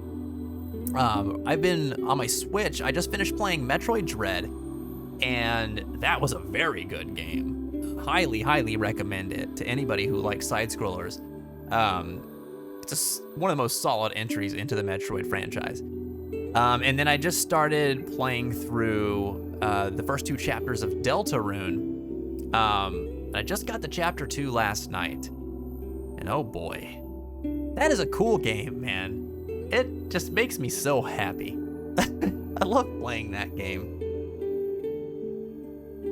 Anyway, I think he's from that village with the library. Maybe he went back home. Wait. But we just came from I there. think his brother is a guard there or something. Thanks for the tip. I'll see what I can figure out. Why does she have Big Scarlet from Final Fantasy VII Remake energy? I think he has a brother who's a guard in that village with the library. You might want to check that out. Wet. All right. Say, you're pretty handsome. Care to buy a lonely woman a drink? Yeah, I'm good. I am but a lad. No. Why? Didn't she say that whenever we were like 5 years younger? That couple's petty squabbles have become something of an attraction for the locals. Doesn't surprise me in the least. Seeing people like that puts a little spring in your step, you know? You humans truly are a maddening bunch. Such buffoonery does little more than wear this old tome out. Buffoonery. Oh, that's funny. I mean, I guess they have been keeping it up for like 5 years. It would have to become somewhat of an attraction at that point. Hikari said, well, if you can remember last time, I was struggling with school. I finally graduated and a lot of stuff happened. What? Hikari, congratulations! That is awesome. I knew you could get there. I knew you'd get through school. That's amazing. I'm so happy for you. I see that you're getting ready to have to go though. So we say, unfortunately I have to go, Vince. It's really late now in my time zone and I need to rest my aching back. Enjoy the rest of your stream and I will definitely catch you again. Absolutely, Kari. Absolutely. I look forward to hearing more from you and I would love to hear about some of the other stuff that's happened later on when we get a chance to catch up further. Speaking of, if you would like, you can pop into the Discord server anytime. We'd love to connect with you there because we're there all the time too in between streams. But until next time, Kari, keep your head up and your heart strong. Glad to hear good things are happening in your life. Now go rest your aching back. You take care. All right, Garrett, you have yourself a wonderful night too. I hope you sleep well, buddy. Looks like you guys got some good Monster Hunter talk in here. Oh my God, I almost said a thing. I was gonna say chat. And, We searched the Southern Plains back when the we Wi-Fi rewind? too, right? Good Monster Hunter talk. Yes. Have a Lots good night, changed Garrett. since then. Keep your head up and your heart strong, It's kind buddy. of nice when we find something that hasn't. The fact that couple is still arguing almost fills me with, I don't know, hope, I guess. If you ask me, that particular couple could benefit from a little change. I agree with Vice. Although it is an interesting perspective that Nier offers here. I mean, they've been arguing like that for over 5 years. They're still together. They're still somehow making it work and still definitely have a lot of love for each other, right? They care a lot about, like, trying to make the other person happy. They just have no idea how to handle when they don't. textbook definition of a toxic relationship, in my opinion. But I appreciate Nier's perspective on it, and that he's trying to look at the bright side. He's looking at the positives here. He's saying something that's almost like, you know, toxic or not, it's consistent, and at least they've, you know, accepted one another. Which I can appreciate that perspective. I won't encourage any of you all out there to get involved in a relationship like that. And I feel like if you're not happy with your partner, please make the necessary change that you need to. That change not being to change the other person, but you know, maybe they're just not working out for you. Don't feel like you're locked into something like that if it's making you miserable. Everybody deserves happiness.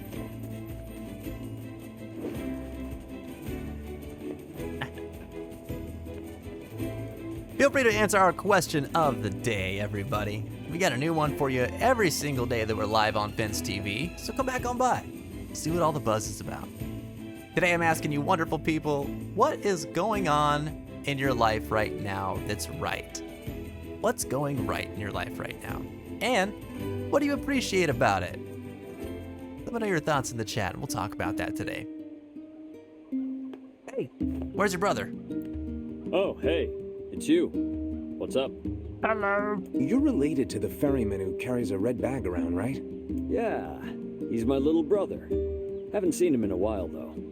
A shame. Have you any idea where he may have absconded to? Not a clue. Like I said, I haven't seen him. Oh, that's unfortunate. Oh, but the last time I did see him, he said something about using his ferry to deliver letters. Maybe you should try talking to someone at the post office. I guess we could ask the postman over in Seafront. Why is it doing this to us? Just once I would enjoy receiving a quest that can be solved in the general vicinity of the Asker. Yeah, Vice said it. You know, in a lot of the dialogue in this game, like, Vice is a great character, right? He has awesome banter with all of the party members.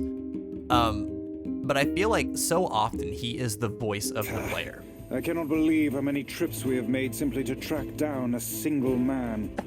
It's Yeah. all right to do this kind of thing every now and then. I only pray this is not the calm before some manner of storm. I feel like, you know, Vice he mirrors the player's thoughts a lot. And that, like, he's always commenting on the absurdity of what's happening or the frustrating elements of what's going on, or how menial or trivial something seems to be. And then Nier is, like, straight up just, like, the epitome of the textbook RPG hero guy who just has no problem with anything for some reason. It's just like, of course this is what we need to do. We gotta be a good person. I don't see anything wrong with any request that anyone asks of us because adventuring is in my name and adventuring is my game and I have to help everyone. And he just tends to express that sentiment in somewhat of a human way, which makes him come off as really naive. But, like, we're still like, oh, he's a good boy, you know, because it's nice to see. But I just think it's funny that, like, you got the pro tag who's like perpetuating the idea of what a fantasy game pro tag would be, and then the supporting character who's like just like totally just the player. You know? Yep, the living fourth wall break for sure. It's hydrate time. Oh snaps! Angry Ranger asked us to hydrate. What? I didn't even see that. I didn't even see that Angry Ranger was here. How did I miss him? What's up, dude? Welcome back home, buddy. Sorry I missed your redemption for hydrating here. Let me do that.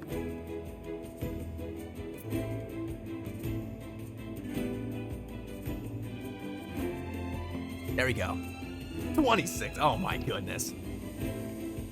I am dropping the ball here. Question of the day response from SW.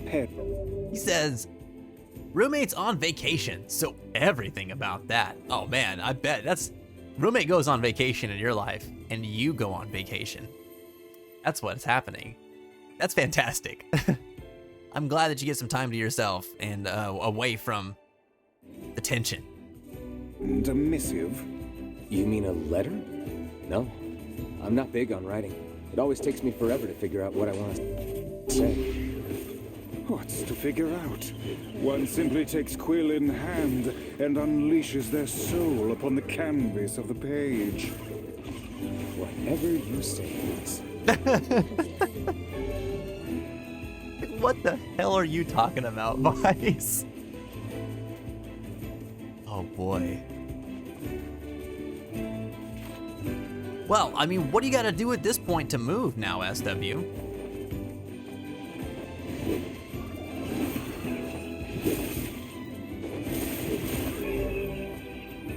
That's a very use case sentence. What Vice just said? I know. I know. One must just take quill in hand and bear their soul upon the page. How poetic. For the record, I'm a big Yusuke fan. I enjoy imagery and metaphorical dialogue. I think it's fun.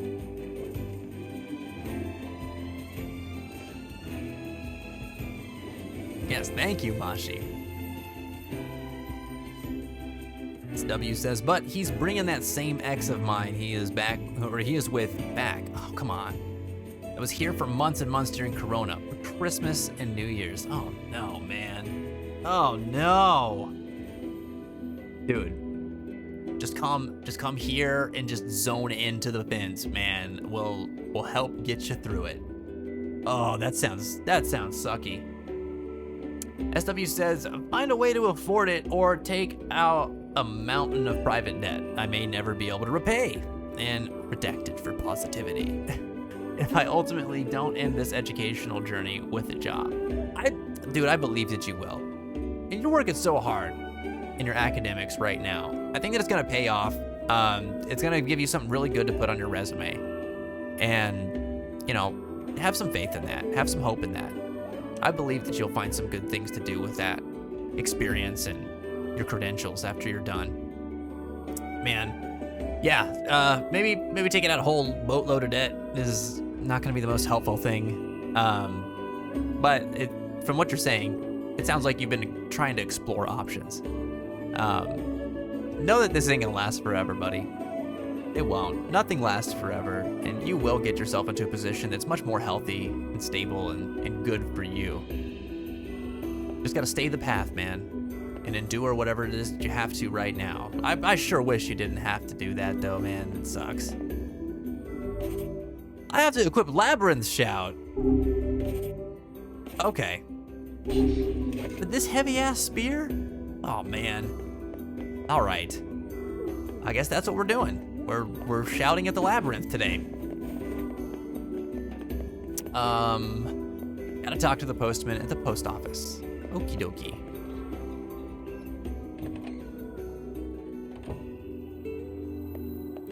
Hey, postman. Oh, sorry. You're not him. Who are you? I'm sure as hell not. I just swung by to pick up a letter and wound up running the damn place. Anyway, you here for a package or something? No. There's this couple who's always fighting, and the husband took off, so I'm trying to track him down. Ring any bells? Why is everyone disappearing on us? Like, what? Sorry, pal. You're asking the wrong guy. Still, that's pretty weird. My buddy's daughter took off too. Maybe running away is the cool thing to do now. Yeah, all the kids are doing it. I find it exceedingly unlikely this pair of runaways is mere coincidence. Yeah, they gotta be in cahoots, right? Maybe. More hydration! Ranger! Thanks, buddy. Looking out for me. SW says, I think it's probably the only way. I need to fix my mental health if I want good grades, and I can't really live comfortably in this situation. So that's not good for mental health. Oh, I see what you're saying. So you're thinking that, you know, you might have to pull out a loan or something like that and rack up some debt to get out of your situation so that you can be more healthy. And that way be able to do better in school and increase your odds of success. in your professional life. You know, when you put it like that, I understand. I understand. It's a different kind of investment than what we usually hear about. I mean, obviously it's financial too. But you're investing in your health and your well-being to put you in a better position to set your professional foundation up properly instead of trying to build it on like cracked quickcrete, you know? So I get that. I can see why that'd be man, why am I having a hard time finding the right word? Plausible is not the right word, but like an option that is worth exploring to you, given the context of your situation. Do you think that that's something that you're gonna do? Like, what would it look like if you chose to, you know, pull out a loan or something like that so that you go and pay for your own place?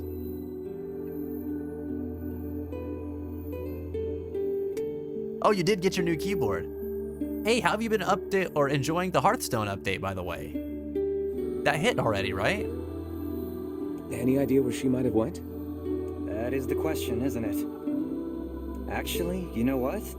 I bet she went to check out the huge shipwreck that drifted into the inlet the other day. What? Not often something like that comes around. It's all the kids have been talking about. Oh, really? We're gonna get to check out the ship? We keep telling the kids here in town not to go near the inlet, but... well, you know how those little devils are. Boy, do I. All right. We're gonna go play with the ship.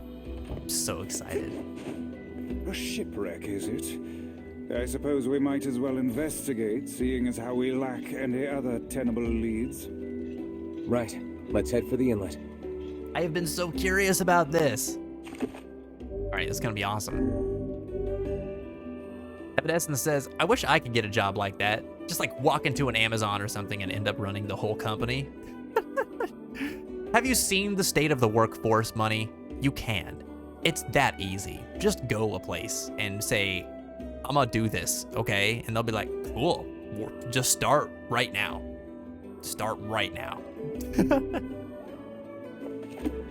It's really not far off from that, everybody. Anybody is struggling to find a job right now, you're probably just not looking. You can get one anywhere. Welcome back, Mashi. And if you're trying to find the right kind of job, everybody, don't let my words devalue what you're trying to do. I'm not trying to invalidate you or anything like that. It's just it's a unique situation that we're in right now, those of us who are looking for work. And that we have more opportunities, I think, than we would have had in the past. Robbie Mays with the bits, thank you so much. I appreciate that love and support. Hey, welcome back home. It's good to see you tonight. How are things? How are you doing?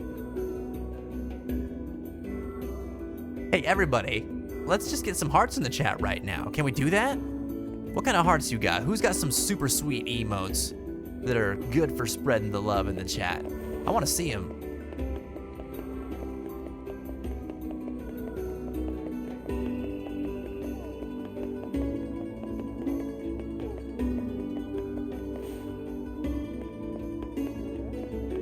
To be honest, SW says, if I could find a new place to move before next semester starts, Kinda. I'll give my roommate a holiday gift of my own. Really? What? Oh, are you talking about like the gift of gone getting? Is that what you're insinuating there? Wait, what the hell? What's going on here? What are you guys doing in here? You never come into town. What's going on? I haven't seen you two come into Seafront in, well, ever, I guess. Sorry for the surprise. Kaine said she sensed something strange in the area. What? Strange how? Like a shade? Maybe. Not sure. There's some kind of sound or something coming from up ahead. What an incredibly specific piece of information the hussy has graced us with. What is it, Kaine? Nothing. Let's get moving. This seems weird. It seems like something's going on. Let's see. SW said, yeah, came with the new ThinkPad X1, Carbon Gen 9. Carbon Gen 9, I don't know what that is. Is it like a specific kind of like touchpad or something like that? Splurged on the laptop and the warranty, says SW. But aside from not having a killer GPU, it's worth it for sure. Plus the comfort knowing someone will come fix it next day if it breaks. And the HS update's good. Nice new cards, though I haven't done all that much more than clear my quest. But you're playing it, man. That's the coolest part. That's super good. Well, I'm really excited for you in that department, man. Congratulations on the new computer. And honestly, that's cool. Like, if you got peace of mind where if anything happens where your laptop's not working properly or the way that you want it, having someone be able to just come out and fix it real quick is awesome. Especially with what you were telling us last stream where you're saying that, like, you know, you're pretty particular about your technology. You want it to work right for you. So I think you set something up to help ensure that that gets to continue happening with your investment. 30 days notice during the holidays. Yes. Wow, man. I had a feeling. The way you were talking, I had a feeling. So, given your situation, that has to feel like the prospect of being able to do that has to feel somewhat like vindicating, right? Because everything that you've been through with them and just the disregard that they've had for you. Yes, look at all that love in the chat. I love it. The Beached Shipwreck. Why does it get a title now? I've been here before. We're gonna need to figure out some way to get inside that thing. This ship is in a state of wanton decay. Surely we can find a hole or some such if we put our minds to it. Okay. We just like break some stuff. Oh. Press the action button. These planks seem to be covering a rather large hole. We can probably get in if we move them out of the way. Yeah. The sand is blinding. It's a bright beach, man. Ruby Maze says, well, speaking of jobs, I have had to switch gears on my career path as I find myself out of a job unexpectedly. Oh, man. Oh, Ruby, I'm sorry to hear that. Do tell, what happened? It happened on October 19th, and I was a mess, but I'm really at peace with it now. October 19th? Wow. Well, what are you doing? Giving biddies away whenever you're dealing with that, man. Then you gotta keep all that for yourself. Oh, dude, that is wild. I had no idea. So the last time that you were in here, when you were kind of talking about, you know, you were just getting through things, you know. I think you said something like, I'm getting through stuff right now. That's what you were dealing with, because that was pretty recent. Oh, man. Are you okay? Like, you've gotten through so much in your life. I have no doubt that you'll figure out a way to pick yourself back up and find something else that you're really passionate about. But I know how much you loved your job, too, and the work that you were doing with all the kids. Like, oh... that has to be not even talking monetarily here, just in a fulfillment level and on the relationship level of that's got to feel like a loss, you know? Like, oh my gosh. I know, like, whenever I left my last job, it was so bittersweet, and I still feel a little bad about it because all those relationships and the support that I was providing to people, like, just sort of like, I know it wasn't overnight because there was a lot of lead up to it and stuff, but it felt like it was overnight. Just like all of a sudden, I'm not seeing these people anymore that I was seeing on a regular basis, all of them at least once a week, sometimes 2 to 3 times per week, depending on the person. And now that's not happening anymore. Super weird and leaves kind of like a weird void, you know? And then you wonder about them and how they're doing, and of course, because of the professional like relationship that you have with them, like you can't check in on them or anything like that, and so that sucks. Like I get that aspect of it. But man, I'm so sorry, Ruby. Well, I was one of the highest paid people there, says Ruby. They've been really nitpicky for months now, and it's been really stressful for over a year there. And yeah, I miss my families, but they've all reached out to me and tried to cheer me up. Oh man, well that's super heartwarming that they've tried to reach out to you. I imagine that they appreciate so much what you've been able to do in their lives and for you taking an interest in supporting them. Like, I can only imagine what that's been like for them. So I'm glad to hear that they're very appreciative of it. But gosh, man. Well, heck. So you've been dealing with that since October 19th, and what's November 4th now? So, I mean, you've got a couple weeks that you've sort of been sitting with this. I imagine that it's, I know that you're a strong person. You're getting through it, but I imagine that it's pretty fresh. And it's been kind of rough. Is there anything that you would like to talk about around it, or anything that you're feeling around it that it's just kind of, something you want to get out in the open? SW said, yeah, because both of them have always thought I'm powerless because no family support system. So they've done whatever they want and just expected I'd find a way to adapt.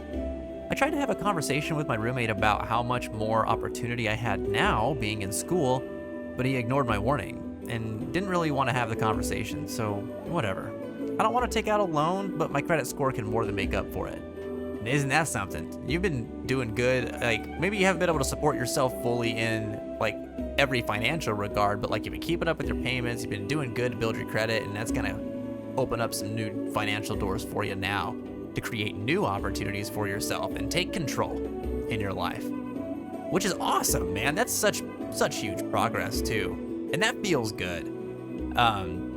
That'll be pretty awesome, even if there's a looming risk of like, getting into some debt. Let me tell you, buddy, just to offer some hopeful words here. I had, for a long time in my life, was always really afraid of amassing debt, and I worked really, really, really hard for most of my life to avoid it. And I ended up doing kind of similar things, building up good credit scores, stuff like that, through keeping up with my payments. I tried to live modestly as much as I could to make sure that I didn't live outside my means and didn't have to struggle in that department. And so whenever I finally started taking advantage of all that hard work I had done to have the good credit score, because I mean, if you have the good credit score, what's the whole point of having it if you're not using it, right? And what do you do with credit? You use it to try and do things like acquire a mortgage so that you can get a house, to get a car, to take out loans or lines of credit to start an entrepreneurship or a business or things like that. Like, it helps provide opportunities for a person. And so, I started taking advantage of that, and it opened up a lot of doors for me. And sure, there was some anxiety that came from opening up, lines of credit and, creating potential for me to like sink under the weight of some debt. But there are totally ways to manage it. And then even whenever you're taking a risk, like if you've got a goal in mind and you're working hard to like meet that goal, and you're looking at the investment as an investment, not as something just like, oh, I'm pulling out a bunch of money now. Now I have a bunch of money, I can spend this money. Which clearly that is not you. You are a person who plans and, tries to make things work for you. I feel like are gonna be in a similar position to me in that, you will be able to make that work for you. Sure, you'll have debt for a little while, but you'll pay it off. You know what I mean? And you'll be able to more effectively do so because of the opportunities that you're creating yourself by sort of taking this. I'm not even gonna just call it a regular risk, because I feel like it's like a calculated risk. Because it seems like you've been thinking about it and making some plans here. So, get yourself to a point where you feel comfortable with actually going through with it and what it's gonna look like for you. And then, do your best. Get out there, strike out on your own, start writing your own story, which you've been doing, but I feel like it's sort of been very closely tied with the stories of these people who have not been the most supportive in your life and have made your life kind of difficult. So it'll be really awesome to just be able to be out there, and this is SW's chapter, you know? This chapter is gonna be the start of SW's story for SW, not SW and. Not to say that you can't bring other people into your life, but you know what I mean. You got this, buddy. I know you didn't leave by choice, Ruby. I didn't mean to compare it in your situation to mine in that way. That definitely is a differentiator. I just meant the loss of the families and having that, you know, constant being there. It was something I was trying to relate on. But yeah, it's great. I mean, I'm glad that you've been able to take the last couple weeks to sort of be present in your own life. And I know that I'm not saying the whole thing is great. I'm saying that element of it is great. Because yeah, when you work with people and you're trying to support people a lot, like, you sort of push yourself to the wayside, right? Or sometimes the job demands that you set yourself aside, because that's just kind of what it is. So I'm glad that you've had this time to sort of reconnect with yourself. That's so important. And you know that, you know? I know you know that. Like, you can't do what we do and not know that. It'll actually interest you to know, though, that I was just having a conversation with my boss today about these kinds of situations, that, you know, the not checking in with ourselves and not really tending to our own needs and being able to have support professionally for ourselves when our job is to support other people as professionals. It's kind of ironic that we'll talk so much about people taking care of themselves and what that looks like, and, you know, talking about principles of self-care and wellness and helping other people achieve their goals and stuff like that, and then sort of, you know, realizing that we're struggling in things too, or we're not really giving ourselves the attention that we deserve. We were talking about that and how it happens a lot with professionals in the service provider world, and how important it would be and how cool it would be to have things established where you could have, like, professionals supporting professionals, you know, like peer support basically. But, you know, it would be for, like, your caseworkers and your social workers and your therapists, and, you know, the list goes on, of people who spend their lives supporting other people, and then they can kind of come together and support each other. Because I feel like there's this stigma still that kind of exists in that realm, where professionals in healthcare or in the service providing system kind of expect that if you're in that role, you have to have it all together. That's sort of unsaid, you know, not people don't talk about it really, but it feels like that's the expectation, because nobody's really, like, showing all their flaws. And then the patient-provider relationship too is one where it's like you're so focused on who you're serving's issues and challenges, because that's what you're there to do. That's your role. And it's almost like, you know, they don't even realize that you have your own stuff going on too, because, I mean, they're there to get the help and receive the support.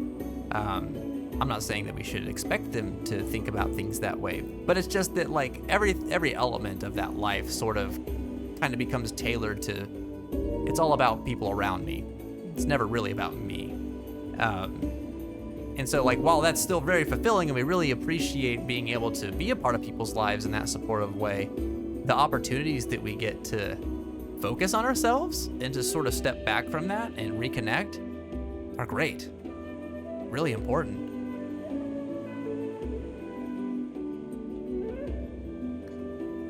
Ruby Mays said that I've taken time to reflect on the entire experience. I learned so much about my own strengths through that job.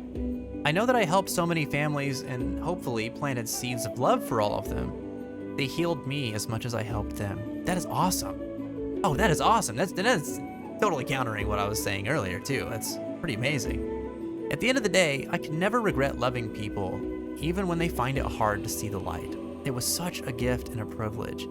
Oh man, Ruby, you've got such a big, shining heart. And I'm so glad to see that you got to connect with so many people and shine that light on other people the way that only you can. That's so cool. You know, I'm glad. I'm glad that you had that opportunity. And it sucks, you know, I say a lot that like nothing lasts forever. And I know that there were stresses and stuff like that, but it sounds like ultimately this was a very rewarding experience for you and something that was really meaningful and brought a lot of purpose into your life. So it sucks sometimes to think that even the good stuff like that also falls into nothing lasts forever, right? I know it's something that you'll always cherish though, and it'll always be something that helped you grow in the ways that you have and brought you to be the person you are today, which is a pretty awesome person.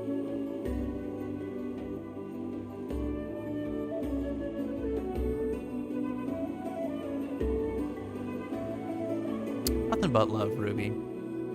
Thank you for coming in and sharing it with us today. I'm sorry for the sucky parts of it. I'm glad for the good parts of it.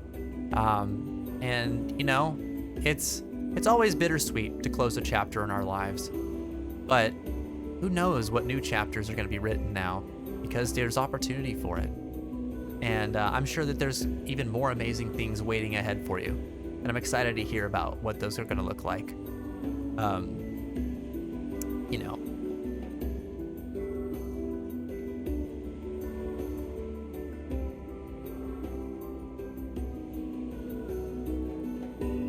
SW had said, exactly. Spending responsibly while strategically opening up the best credit cards I can maintain for best bonuses. So I've got like 80k Delta miles, wow, 160k chase points, and I'm planning eventual trips out of the country, taking advantage of spending I needed to make anyway, aside from the Hearthstone packs. Let's not talk about the Hearthstone packs.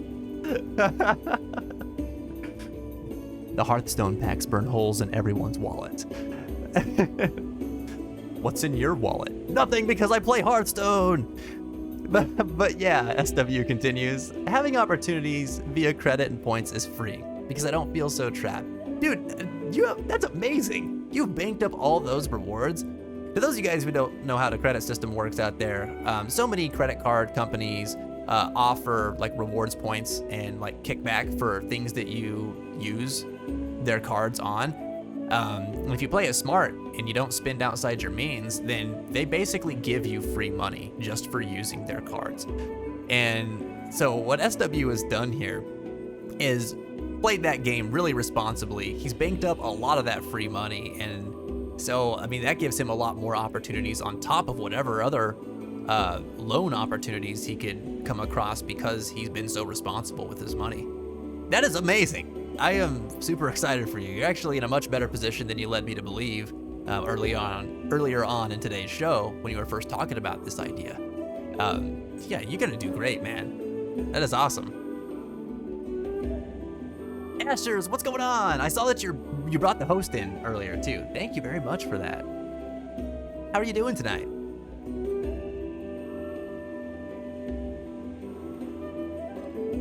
Oh yeah, look at that. Asher started a compliment train. You know what to do, everybody. Send a nice word, nice comments, compliments to the person in chat right above you.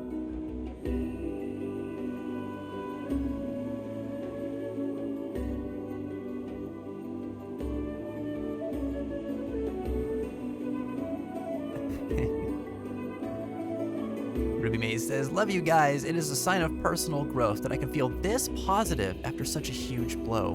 But I put my whole self into every day there, so no regrets. And I think the lesson that I'm learning from this story that you're sharing with us, is that so much good can come from, like internally, can come from putting our whole self into the things that we're passionate about. And I'm sure that it can feel draining and exhausting and scary sometimes, but there is so much growth that can come from that. There is so much love that can be shared to the rest of the world and invited into our own hearts through living that way, that I think there's so much value in being able to seek out and find things in our lives that we can put ourselves into like that.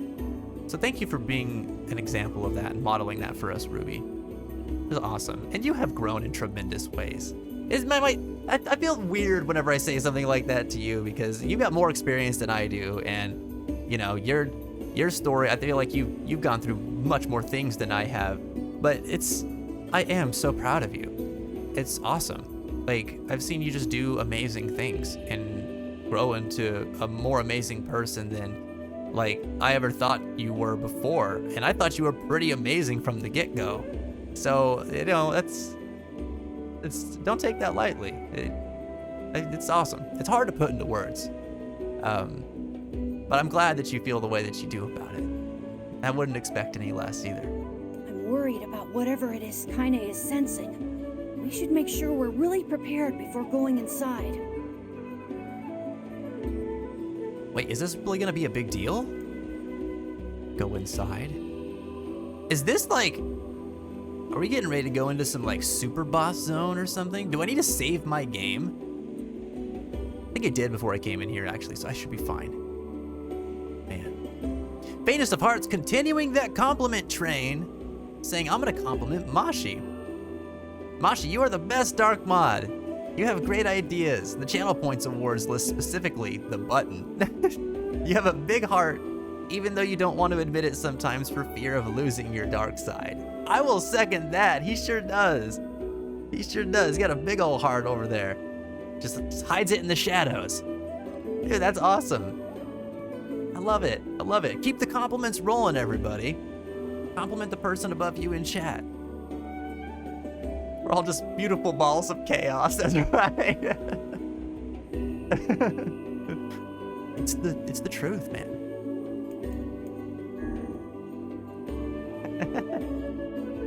Oh boy.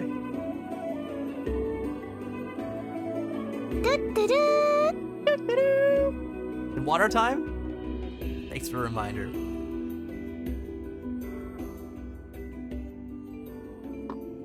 This ship is in poor condition indeed. Do try not to thrash about and bring its timbers down around us, hussy.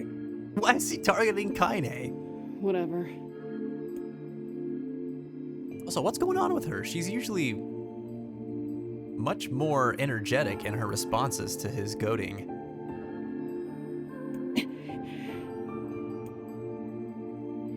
You sure you're all right, Kaine? You really shouldn't push yourself. Hey, I've got an idea. How about you and me search outside and get some nice fresh air in the process? Sure. Let's do that. Sounds good. Take care of Kaine for us, Emil. Emil is on the case. Come on, Kaine. Let's get the lead out.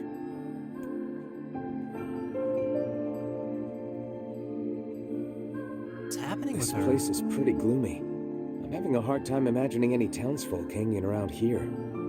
Well, as we've no other leads, let the search begin. What the heck? I hope she's okay. What do you guys think's going on with Kaine? Asher says, I'm gonna compliment Faintest of Hearts. She always has a great mod, she's always a great mod, and not only that, a great person to talk to in this chat. Such a great friend. Oh, that's awesome.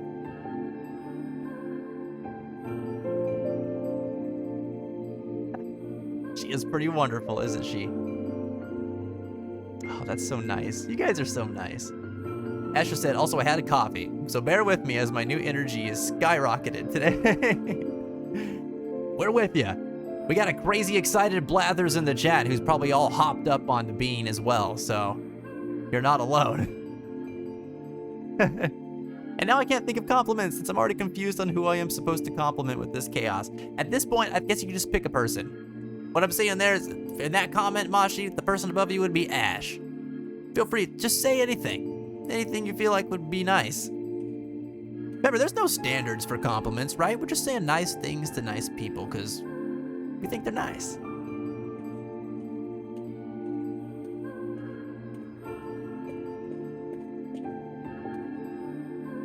Should I go in there? Look there, on the floor. I believe we have found ourselves a lantern. And there's still some oil in it. Nice. All right. So for the record, those of you who don't know, I mean, I have played the original Near Gestalt. All this stuff is not in it. There was no sunken ship or anything like that. So I have no idea what the hell's going on here.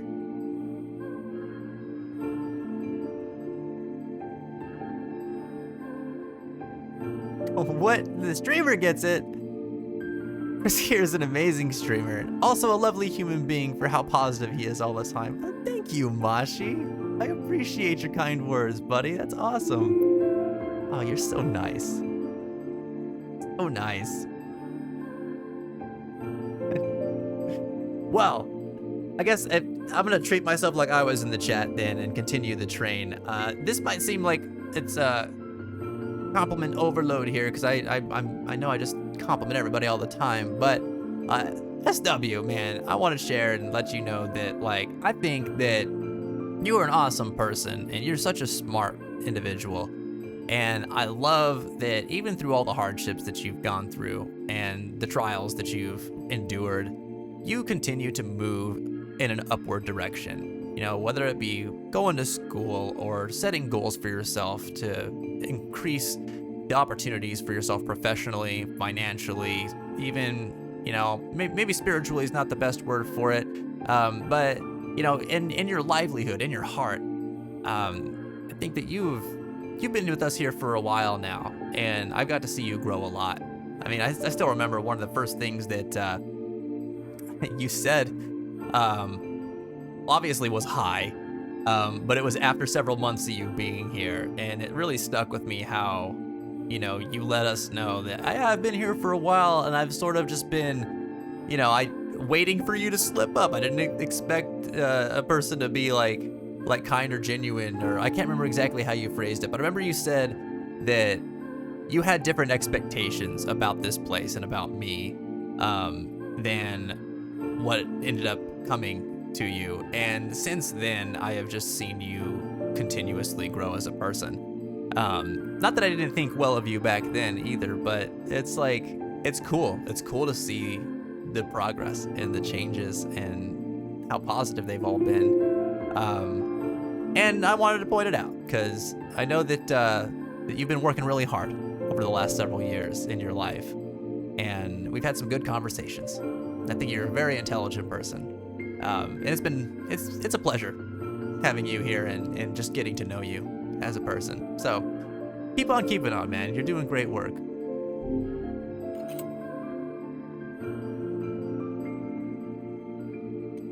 Your redeem was great. It was awesome, Ash. Found a way into your ship. This is your ship? Oh, and it's locked. We require a key in order to proceed. Let us fumble about and see if we cannot find one. Mashi, why are you locking me out, buddy? Why are you locking me out? I ain't gonna hurt you. Whoa, what the hell? Who was that? Wait, did you see that girl just now? I did indeed.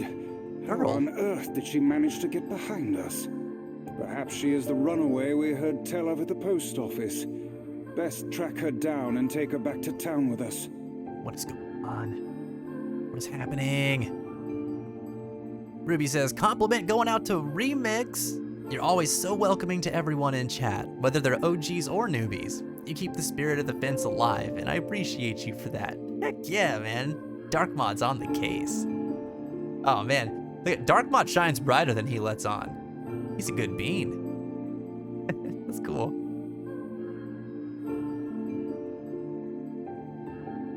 Don't compliment Two Stones, okay? That Two Stones needs to be buried. No, but really, Ruby, Two Stones is me, by the way. I'll have to explain this at some point in time, but maybe not right now. But Ruby says, I've watched you grow over the years, but your core values have remained the same even during the darkest days. You're the most genuine person who I've ever met. You inspire me more than you can ever know. I'm so proud of you. Oh, man. That's so nice. You guys gonna try to make me cry today. What the hell? Thank you. Thank you so much. And yours is equal parts inspiration to me. I mean, it's easy to think about you and just be like, wow, that is a great person to model oneself after. So many things you've said that have been inspiring, and stories that you've shared, not just here on stream, whether it's in conversations or phone calls or, you know, private chats and things like that. I mean, we've shared some tough times together, that's for sure. But thank you. Thank you so much for the kind words, Ruby. I appreciate it. You're awesome. You're always going to be stream mom to me. Forgot to mention the ghost. You did, dude. Ah. I'm partly emotional, partly got some sniffles. Mashi, what the heck, man? You have to warn people about ghosts, okay? You can't just let that detail slide by. There's no one here. What? Weird. It's like we just saw a ghost. Oh, what foolishness. I am certain this room merely contains a secret passageway or the like. We're gonna find the secret passageway. We also shared some Whataburger. We need a redo. Yes, yes, yes. Absolutely. And Nat's invited. And if she can't come, I guess that's okay, but would love to see her again too. Man, that was so cool, man. I am so glad that we got the opportunity to meet like that. My only regret is that I wish it could have been for longer and that we could have spent more time. But that was so cool.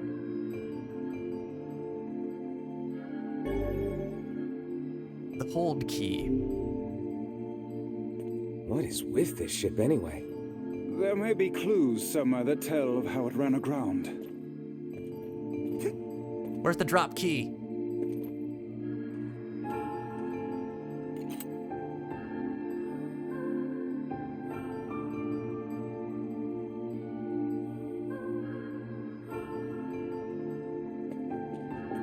SW says, I honestly did feel rather bad about that after the fact, particularly after hanging on the Discord. But the way you responded did confirm that you were genuinely about it, and not using your professed values as some kind of gimmick. I'd seen people attempt to build communities on Twitch in a lot of weird ways, so I was like, what is Fever thinking dropping that host? Well, Fever Reaver's a great person, you know? That scared the bejesus out of me. That is the first time that ever scared me.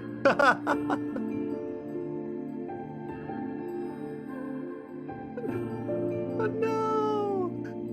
No, I wasn't expecting that. Oh my god. Jen! What? Oh man. Oh, the SW, man. Yeah, that was 2015. That is quite some time ago now.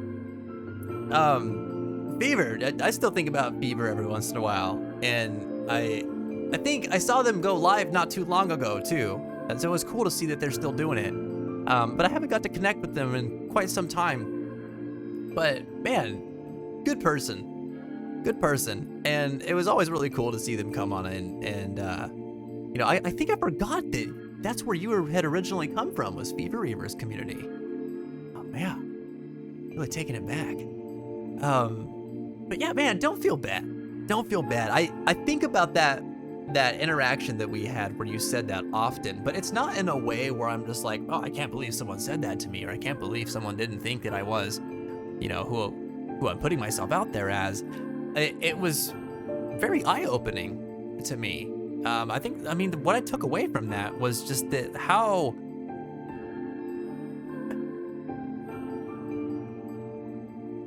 unfortunate it is that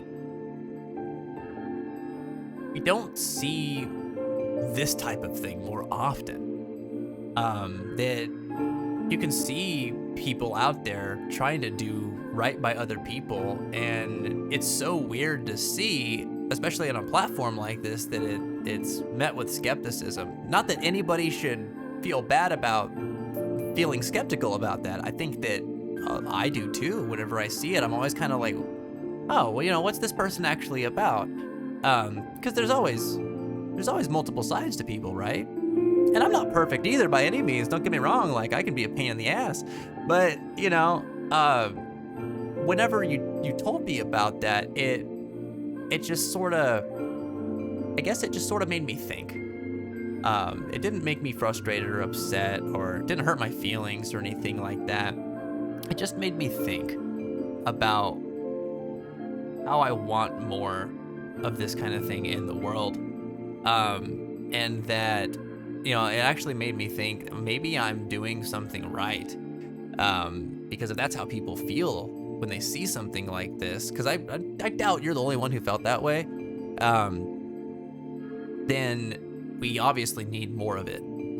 And so maybe I'm actually making a difference and trying to push some of that out there.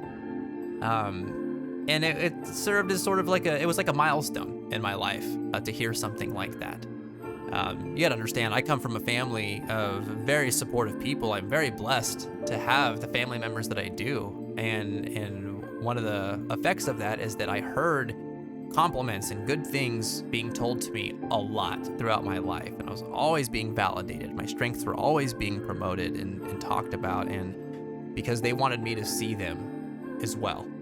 And so hearing, and I had heard a lot about that, you know, even in that point in my streaming from various individuals that had come in and out of the channel. And so I think in the same way that you felt that, you know, you had got to see something genuine in me, I felt like you were being a genuine person as well, because you were telling me this thing that wasn't the same thing that everybody else was saying. And that doesn't invalidate anything anybody else was saying, because some of you guys were around at that time. I very much appreciate who you are, and I don't think that you were being disingenuous. What I'm saying is that kind of candid comment really stood out, and it made me think. And I appreciated that you were able to speak out like that. So I know I'm going long with this, you know, monologue here on this particular subject. I'm not trying to beat a dead horse, but I very much don't want you to feel bad about it. I don't want you to look at it as a negative event, SW, because I do talk about it. I've talked about it with several friends and my parents, my mom and my grandfather. I've talked about it with Jen, and they could all tell you, if they could, that it has always been in a positive light. Because it was, in my opinion, a positive experience. And I'm glad that you brought that up at that time. I remember where I was too. I was playing Bloodborne in a chalice dungeon with an old moderator of mine who is no longer with us because we had some differences and they were kind of mean, but whenever everything came back around. But I remember being in that chalice dungeon whenever I read that comment, and I was like, wow, that is wild. It's not what I expected to think about today. And I'm glad that I got the chance to. Yancey, yeah! You know, I got to meet him at a TwitchCon several years ago. It was the first TwitchCon I went to in 2017, and man, that was so cool. What a great guy.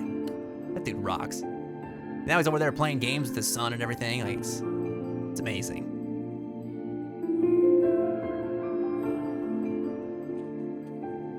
Dude.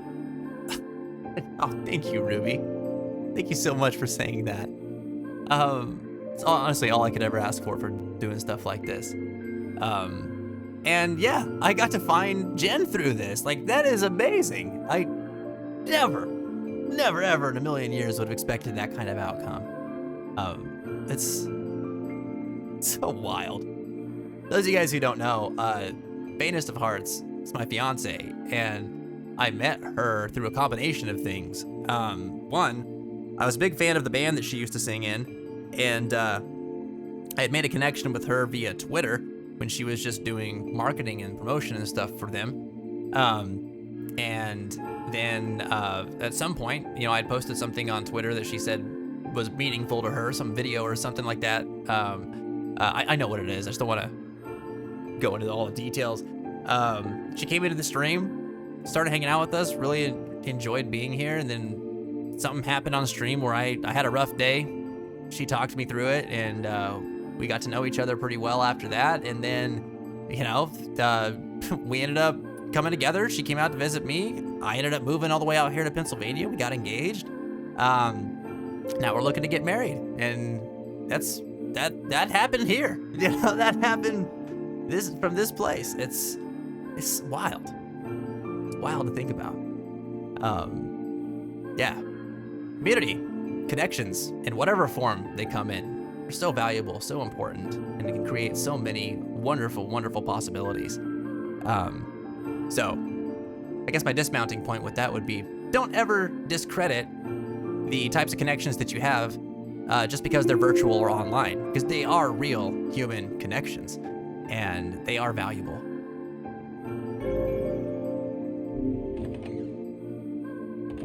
It looks really dark up ahead. You're really dark up ahead. Then perhaps we ought to make use of that lantern we just found, I guess. I don't know. I don't want to see no more spooky ghost girls. What's this? What's this? An apple. It's a bit bruised, but it's not super old or anything. An apple? Like the apples that Red Bag Man ate 10 of? I wager it was dropped by that fruit-loving ferryman with the red bag. Knew it. Perhaps he absconded to this ship to wait out the storm after yet another spirited debate with his wife.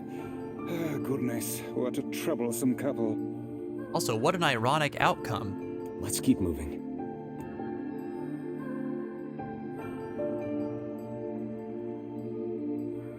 Yo, what? It went through and now it didn't. Wait. What are you trying to do? What happened? SW said, if it helps, it had nothing to do with you personally. Oh, I know. And I think you explained that to me before too. SW continues saying, it was guardedness from childhood experience. My own experience with disability. You know how it goes. Yeah, definitely. SW continues saying, people investing in kinds of communities for less than altruistic reasons. A lot of people want to save vulnerable people. They don't want to help them cultivate the foundations they need to save themselves. Organizations like Foundation Fighting Blindness would rather sell this narrative about blindness as horrifying while leaving us out. Yeah, it sucks. And the same can be said for the Autism Speaks thing with their puzzle piece and everything. Like, all these things that seem to be really good, productive, healthy things on the surface, that when you start to crack into it and see what the motives are of the people that are behind them, they don't always have the things or the people that they're outwardly saying they're supporting. They don't have their values in mind. They're not even trying to accurately represent them. And I don't know, man, like, maybe the way that I do things here has to do with the fact that I got to see a lot of that too during my time in and out of psychiatric facilities and in and out of different doctor's offices and clinics and working with therapists and psychiatrists and, social workers, counselors, all throughout my life. So many of you guys here know this, but if you don't, I was diagnosed with bipolar disorder and ADHD at 6 years old. My first experience with suicidal ideation happened shortly before that age. And so since then I had been, in this mental health system. And so I got to see a lot of different types of people who were in it as well for various reasons. And I saw a lot of misrepresentation. I saw a lot of misunderstandings, even from the people who were supposed to support me. I didn't always feel like the people who were calling themselves professionals, who were, somewhat scholarly, sometimes totally scholarly, writing papers, doing research, and, meeting with other leaders in mental health services and systems, reporting on experiences of individuals like myself and others that were there with me in inaccurate fashions. And then to see those types of things published and to influence movements that I didn't feel like were always I didn't feel like the representation was genuine. And so I can relate with you in a lot of ways on that, SW, because I think that has influenced a lot of why I do what I do the way that I do it. And not just here on the stream. I mean, I try to really make sure that people are represented to the best of my ability in the way that they tell me they want to be represented, if I can play a part in that. I mean, whether it's through people that I meet at work or that I've met in school or that I meet online or even just at the grocery store that I interact with. You know, I want them to feel seen and heard, because I feel like there's a lot of people that just end up forming their own opinions about people around them, and then the thing that they tell other people is their version of their narrative, which is really their own personal narrative, you know? Ashers! Yo, thank you so much for the bits! Oh my god, that's awesome! Yay! Holy crap, though, 2750! Wow! Thank you so much! Oh, nothing but love, Ash. Can we get some hearts out there in the chat, please? Oh, you and Ruby and God, you guys are so nice. What'd I do? I didn't do anything to deserve this nicety. You guys rock. You're all rock stars. Where was I at? Oh, yeah. So I understand what you're saying, SW, and again, I didn't take it personally. I understand where it comes from, and the places that you're coming from when you're talking about this are places I feel like make a lot of sense to me, and I can relate, because I want people to be represented properly. I want people to be able to have a voice that is heard by other people. It's so important. And I mean, you hear it called virtue signaling nowadays. This building of brands and communities for less than altruistic reasons when they're masquerading as altruism. You know, the virtue signaling is absolutely reflective of that principle. And that's what we see a lot nowadays, but it all comes from that, you know, I think, is you've got people that are like, oh, we're more interested in not looking like an asshole or receiving people's support by taking advantage of their goodwill, their desire to help others. And so we're gonna capitalize on that. And I think that sucks, man. That sucks.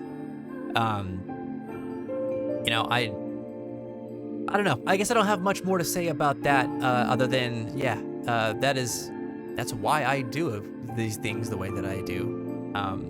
And so, you know, while I'm not always perfect either, I think that it has to be part of why I come across the way that I do, right? I think. Because, yeah, it's weird. You brought up a point that was like, you know,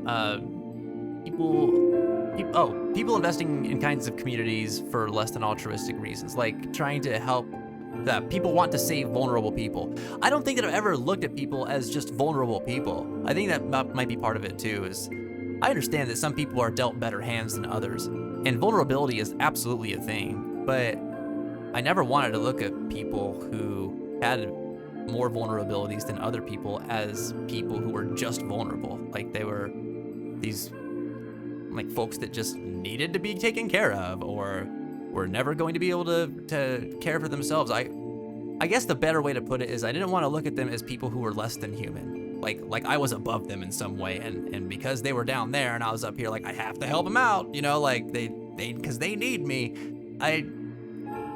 That to me, that always looked like it was more self-serving when I saw other people do that or talk about people like that. And I guess that's because of my own experience of being that guy who needed that support and really did have to, you know, learn how to climb up and out of what I was dealing with, and learn how to keep myself afloat. That gave me that perspective of, you know what, I had people that cheated me like that too. And I guess a good way to put it, or another way to put it rather, is that whenever people are treating people who are dealing with, challenges like that, they treat them like token people. And, oh, wow. Asters, you are just going wild today. Thank you for the gift subs. Oh my gosh. Oh, Asher's just gave a sub to Heal of Her Heart and Ashley's Gaming. Thank you so super duper much. That is amazing. Don't give me coffee. She's over there like, I gotta hit all the buttons. Like, oh man. Thank you for all the love and support, Ash. You are such a kind person. Hey Prince, welcome back home, man. Welcome on in. I hope you're having a good night tonight. Happy Thursday. We're talking about all kinds of stuff right now. You probably came in several minutes ago, so I probably don't need to explain what it is we're talking about now, because you probably got the gist. But if you do, feel free to ask. But yeah, the tokenism thing is something that always frustrated me. People trying to say, I stand up for this type of person, or I stand up for this person here, or worse, picking an individual and being like, hey, you're down on your luck, you struggle with this, you've got a mental illness or a setback or are part of a marginalized community, I'm gonna help you. And then they're like, oh my God, that's amazing, you wanna help me? And they're like, yeah. And then you find out down the road, they're like, they're benefiting from helping you, and it's not because like they're just getting like the what goes around comes around, like the karmic attribute of, oh, they're helping this person, they're helping me, so of course their good's gonna come into their life. Nope, they were helping me because they were waiting for that kickback to come from it. Like, that was the whole point of it. That's tokenism, man, and that sucks. Jen, thank you for the bits. I appreciate that so much. Whoa, we got a hype train going. Oh, we almost got a hype train going. Oh my gosh. Like right there, everybody.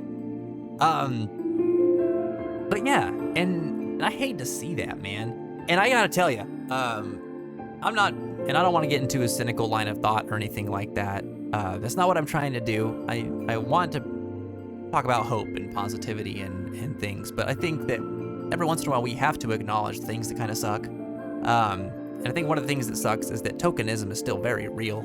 It happens all the time, especially in the mental health care system. I'm learning more and more, which sucks because I felt like, years ago, in my mind, I was like, this is something that's going away. It's getting better. I think it has gotten better in some ways, and it stayed the same or gotten worse in others. It really depends on the area and where you're at, and what your system looks like in your local community. Oh, dude! Mashi, thanks for the bits! I appreciate that, buddy. Get that hype train going. Woo, woo! That's awesome. You guys are rock stars, man. Thank you so much for the support. Honestly though, like, it's something like this tokenism thing. I want to. I don't know how we're ever gonna like be able to stamp it out totally. I feel like that might be a really tough task, but I would love to do whatever we can to try and reduce it and make it less prevalent, so that folks who are dealing with different levels of challenges, whether they're mental illness or substance use, or been dealt a poor hand, they're dealing with homelessness, or they're just struggling. Whoa! Venus of Hearts with the gift sub to Lost, and Ruby Maze with the bits. Thank you. You guys are amazing. Thank you so much. We do need badges, Prince. You're right. Gotta get those badges at some point. I'll figure it out. I'll get it figured out. Lost Amy. Oh man. Yeah.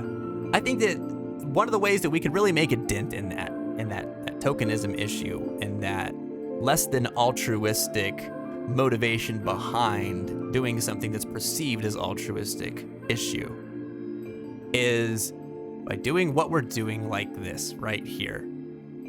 Talking to people, connecting with people with the intention of them being able to share in a genuine fashion what they have going on, what their life looks like, and not trying to push an agenda, not trying to fit it into a goal or a scheme that we have or something like that, but just giving them a place to do it, talk about themselves, be heard.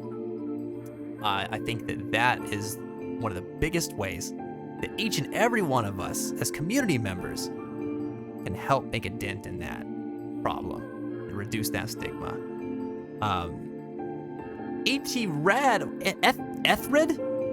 I don't know how to say that, but dude, thank you for the bits. I appreciate that very, very much. What is happening right now? What is going on? Oh my God. Ruby! Ruby! Thank you so much for the gift subs. Oh my gosh. Oh my gosh, Longolian, Hoshi, Danavan, Silath, and Mashi. All are the proud recipients of Ruby Maze's generosity, and the hype train is going bananas. Wow, thank you so much. I appreciate all the love and support. What the heck? What are you doing?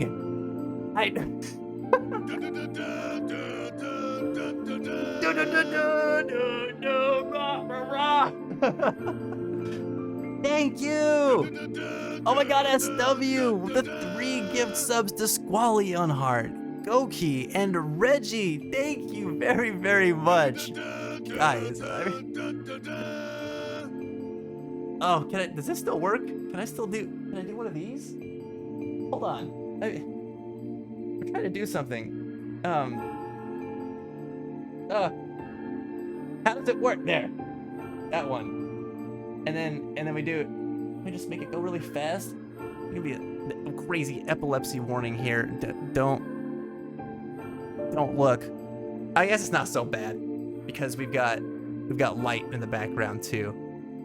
That's cause for celebration. And thank you so much. I don't know what to say.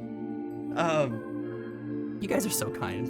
And I appreciate the support. You guys are you're awesome. It's level 4. It's level 4.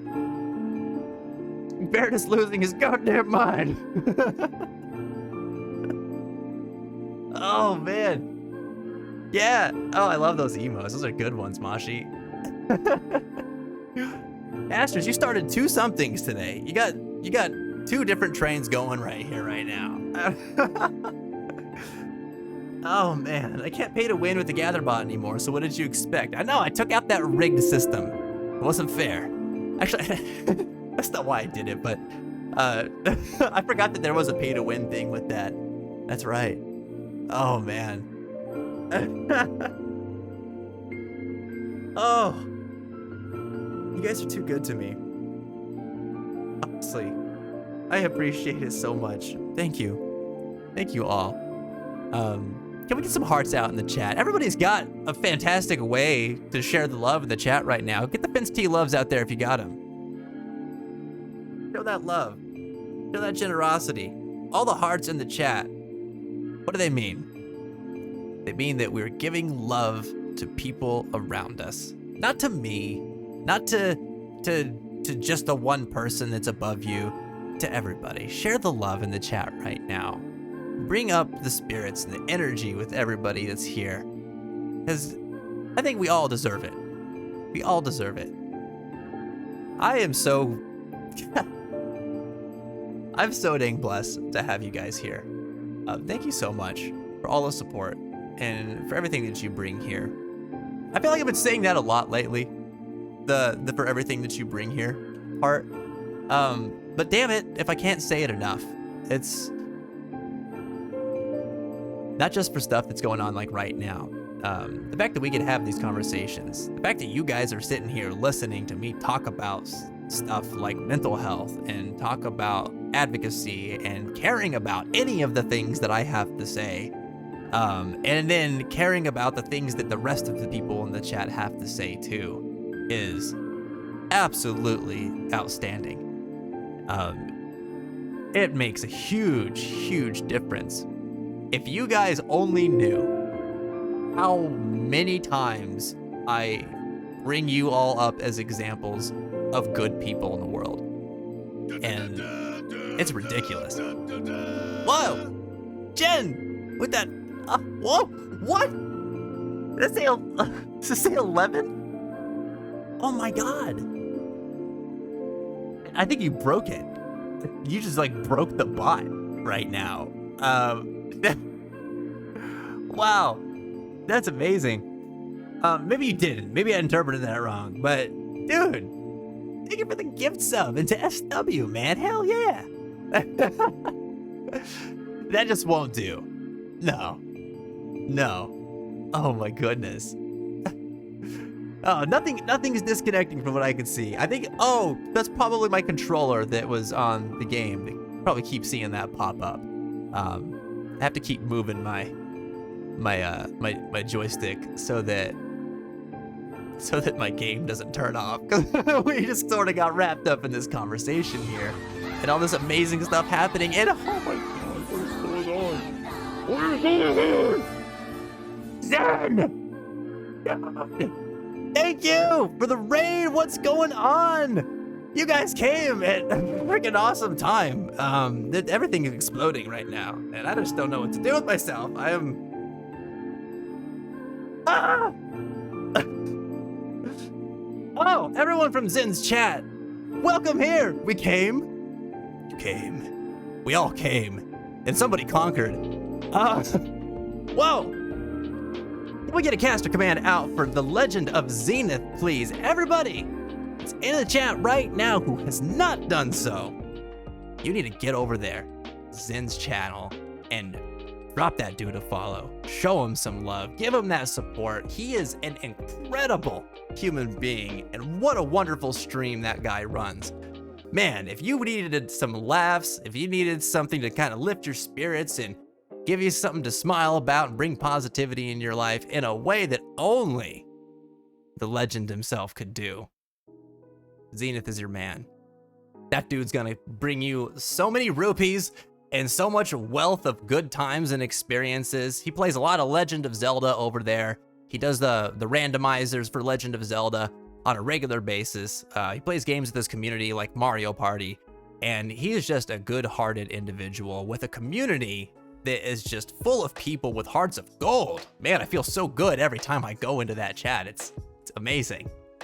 Definitely show that man some love and support. He's one of my favorite people out there. If you don't know who I am, this is your first time here, welcome on into the channel. Even if you've been here before, welcome back. It's great to have you here. A little bit about myself. My name is Chris, also known as Fence. I am a certified peer support specialist, and I do a lot of talking streams, talking about mental health, providing opportunities for people just like you to share your story and be part of ours. Because I think the voice of an individual is so important, and everybody has a story worth sharing. So a large part of what we do here is give people a platform to talk, to give themselves a voice and be able to share what's going on in their lives, talk about challenges that they're experiencing, celebrate victories and accomplishments in their lives with their fellow community members, because honestly, I think that there's nothing greater than community and connection. And I think that it's so integral and important to our well-being as humans and to our health. And I think that when we feel connected to each other, we're capable of doing great things. And that is the majority of what we do here. And Twins Play, thank you so much for coming in and showing us some of that follow support, man. Thank you. Just became one among the Fence. Get some welcome commands out there for our wonderful new friend, everybody. And all the people here that Zen brought on over. Thank you all for supporting Zen with his raid, by the way. You guys are doing tremendous work. But aside from the talking points and from the peer support that we provide here on the Fence, one of the big things that we like to do too is play video games. And we play games like Final Fantasy, Kingdom Hearts, and the Nier franchise. We are very big on games with large narratives that are talking about subjects that relate to human connection, the human condition, things that provide narratives on society, and we can draw parallels from those worlds into real life and use video games as a wonderful learning tool to explore ourselves and the world around us. So I think that they offer us an opportunity to do that in ways that no other entertainment medium does. So, you know, I wish I had a cool, super awesome raid video for y'all, but damn, I don't right now. But hopefully that gave you some information about what we're all about, and that you're enjoying that. And thank you so much for being here. I really appreciate it. Hey, any friends of Zenpai is a friend of mine. Twins Play, I love it, man. Yeah, he's got some pretty damn good taste, doesn't he? In all areas of his life. Oh man, that guy's so fun to watch. I was watching Zen play Mario Party just a little while ago, and it was hilarious because he is such a nice person unless he's playing games with his friends. And then everybody's the enemy. Oh, and I jest, of course. He cares about everybody, but it's so funny to see that competitive side. It's amazing. It's never too late to join the Zenpai raid. Never. Twins Play Egg. We got multiple Twins Plays here. What's it? Twins Play 401 and Twins Plays Egg. Makes twin noises. What do twin noises sound like? It's like I don't know what this is, but there you go. Do you like the twin noises? But Zen likes to bully. Yeah. Lady Shadow Ninja, don't ever feel the need to apologize, man. Thank you so much for coming in here and supporting Zen's raid and supporting us. I always look forward to a chance to get to hang out with you and talk to you, even just a little bit. So it's good to see you today. You take it easy. Enjoy the rest of your night. And thank you. We're going to have a fantastic rest of our stream here. You guys have definitely seen to that. Looking forward to what the rest of the day has for us. I'm sure that there's a multitude of awesome messages that just some of the coolest people ever have popped in and shared with us. So I apologize if I've missed anybody. Chill Place Gaming, greetings, hugs for everyone. Thank you for being in here. Hugs to you, greetings to you. You're a rock star. I appreciate you coming on in here today. All the lovelies today. Man, that was cool. Oh, I've missed that. We haven't been the proud recipients of a Zen raid in quite some time, and that's not to say anything against Zen. It's not that we haven't been noticed by Zenpai. It's just we haven't been active as much as we have been over the last couple weeks. So the opportunity just hasn't been there to get to connect with all you beautiful people. So I'm super glad that we got a chance to today. That is awesome. Oh, thank you, Twins Play. I appreciate it. I try to do my best. Got to bring that good positive energy here, man. That's what it's all about. Want people to feel happy? Want people to feel comfortable? Want you guys to know that you matter, you know? Plus, when you guys come and do something cool like this, it's easy to keep the energy up. You guys, I feed off of you. Not in a weird Hannibal Lecter kind of way, but, you know, in some sort of anime senpai kind of way. I don't know. I guess that can get kind of weird too, but I need better analogies. Maybe you get what I mean. Maybe you don't, I don't know. But I mean it sincerely. However you take it. All right, Zen, go get yourself some food, man. I'm sure you've worked up an appetite providing all that great content today. You are amazing, man. Don't you ever forget it.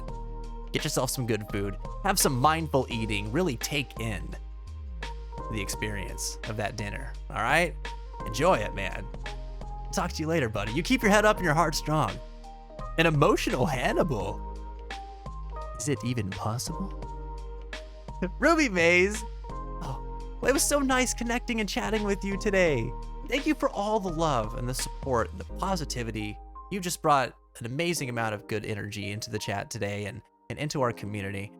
Again, I'm sorry that things fell through at your job, but I'm so glad. It makes my heart so full to know that you had such a fulfilling experience and time providing what you did to all those families that you got to be involved with. I know there's only bigger and better, greater things out there waiting in store for you. So you keep your head up and your heart strong. And yeah, thanks again. We'll talk to you later, Ruby. Yeah, thanks for understanding, Chill Place. Egg says no Hannibal. No clay roasted leg of lamb? None. None to be seen. Can't do it. Won't do it. Maybe can do it, but mostly won't do it. Maybe Chianti though. Oh God. Oh man. So what we were doing just before you came in here, we were having a really sentimental conversation. I was getting a little emotional, to be honest, and everybody was being so kind. And then you guys came in and like increased the kindness tenfold, and now there's just happy overload that's happening right now. I feel like I'm about to explode from the inside. So thank you all for being a part of that. Before all that went down, we were playing Nier Replicant, and so we're going to actually be jumping back into that now. So if you like the Nier series, if you like JRPGs, or just like a good story, feel free to hang out. We'd love to get to entertain you for a little while. And if you feel like you're going through anything that you would like to get off your chest as well, I always throw this out there. Feel free to discuss your challenges. Feel free to discuss things that you're going through that are weighing on your mind that you just need to get out and, you know, get off your chest. I think there's something really powerful about being able to do that. This is a great place to do it. Everyone here is non-judgmental, very kind and supportive. You're not going to be bringing the energy down in any way. Your voice matters, and I want you to know that. And also, lastly, before we jump back into the game, we got this little doohickey right up here. It's called the question of the day. And we got a new one every single day that we're live on Fence TV, so you can always come back on by, see what the buzz is about. And today I'm asking all you beautiful people, what's going on in your life right now that is right? What's going good? And what do you appreciate about that good thing? What's going right in y'all's lives? Want to hear about that today. And when we get back into the game too, you can type in !QOD, just like Mashi did or Remix did in the chat. And you can pull up that question at any time if you need something to reference. Alrighty? Enjoy yourselves, my friends. Here we go. Getting all back in the game here. The Tanuki be hooky. What does it mean to be hooky? Do you play hooky?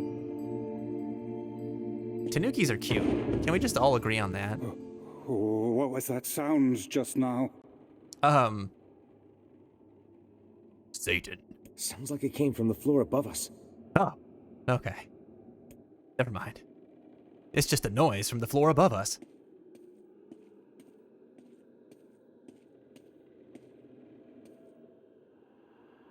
This barrel's been knocked over, and there's flour everywhere. Surely it was toppled by the girl we saw at the entrance. Wait. Cast your eyes to the floor, lad. Oh, there are footprints. There are footprints. IRL word ban. So I get what I can't say. I can't say.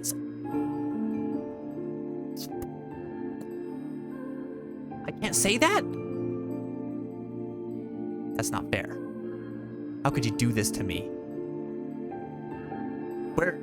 We're in such a... The missing child left white tracks in her passing. Should we follow them, I expect we will find our way to her.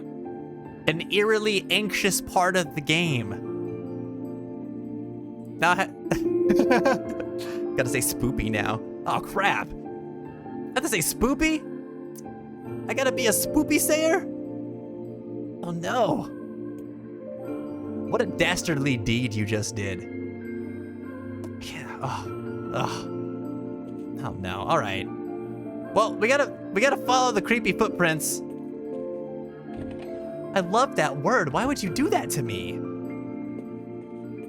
Hello? Man, this book's got some serious heft to it. Wonder what it's for.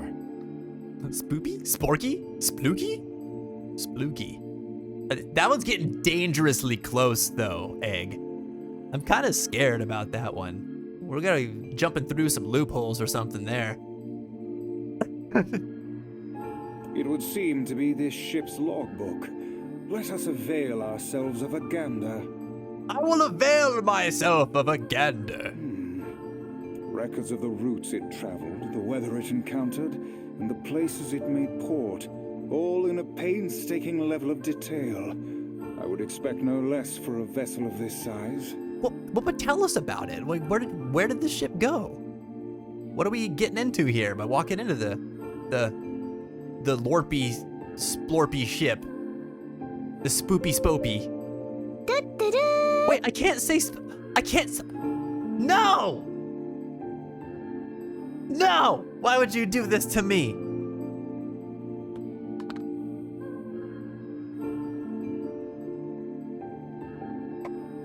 Thought we were friends. Sporky it is. Until the day the records suddenly cease. What the hell happened on this ship? Or no, this sure is Sporky. We got anything else from this? We've no time to stand about deciphering a logbook. Let us move on. Don't encourage him, chill place. They're going to destroy me grammatically. Oh. It's not Zen level mean though.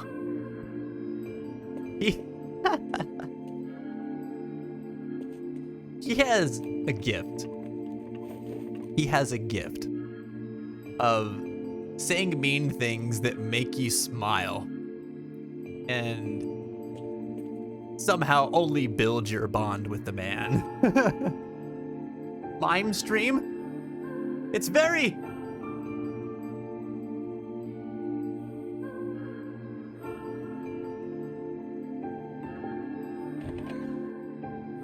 feeling very that right now.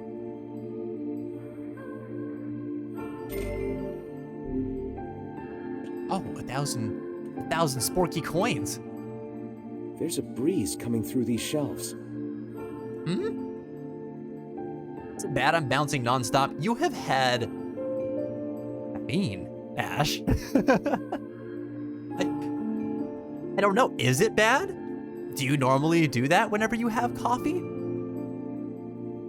That white vase is rather conspicuous. Try giving it a nudge. Okay. I'm gonna stand around and do nothing, though. Okay. I have to hydrate first. Thank you. Mr. Mime. Hey, there's a notebook on this desk. Oh, wow, this thing is crammed full of information. Everything on the ship is crammed full of everything. A record of the cargo they carried, no doubt. Let me see. What are they bringing? By my pages, this ship was used by slavers. Oh. Simply atrocious. Wait, you're telling me they sold people? Oh, damn. Well, that got dark. Spooky's allowed again? Yes. Listen, you guys don't realize that was challenging. And made out quite handsomely from the transactions, it would seem. Damn it. No. How could they do something like that? Ugh. Don't you understand? There's real bad stuff happening right now. Okay, there were slave trading going on in this ship. And you guys are over here trying to ban favorite words of mine. All right, we need to focus. Okay? Rydia, what's going on? Welcome back home. How are you doing tonight? You watch Studio Ghibli movies for the first time? Oh my goodness, that is special right there. I do not know, nor do I care to ponder it. Let it suffice to say there are monsters who trade coin for misery in all corners of this accursed world.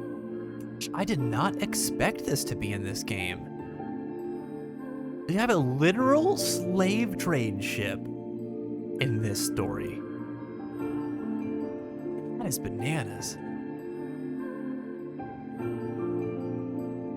That white vase is rather conspicuous. Try giving it a nudge. All right, we're gonna nudge it.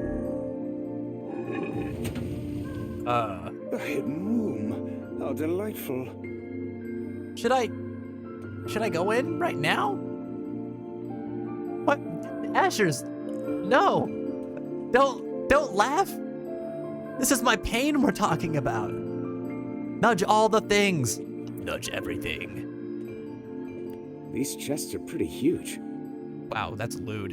And what do they contain? Treasure, perhaps? Silicone. I wish. Looks like a bunch of iron tools. Oh, well, that's not very practical. Those are no mere tools, Oh, lad. man, come They on. are instruments of torture. I shudder to think what evil transpired in this room. Yeah. Oh, that sucks. So it's like, you have the slaves on the ship, and they like took them back here to this hidden room, just tortured the poor people. The exit looks walled off. Oh, man. And I think there's something written on it? And in blood, no less. The smudging makes it difficult to pass, but I believe it reads, "Let me out." Oh. No doubt they can find their human cargo in this room. That's terrible. We may be able to pass through here should we push the shelves in the outer passageway. Why does this exist? This messed up. It went from being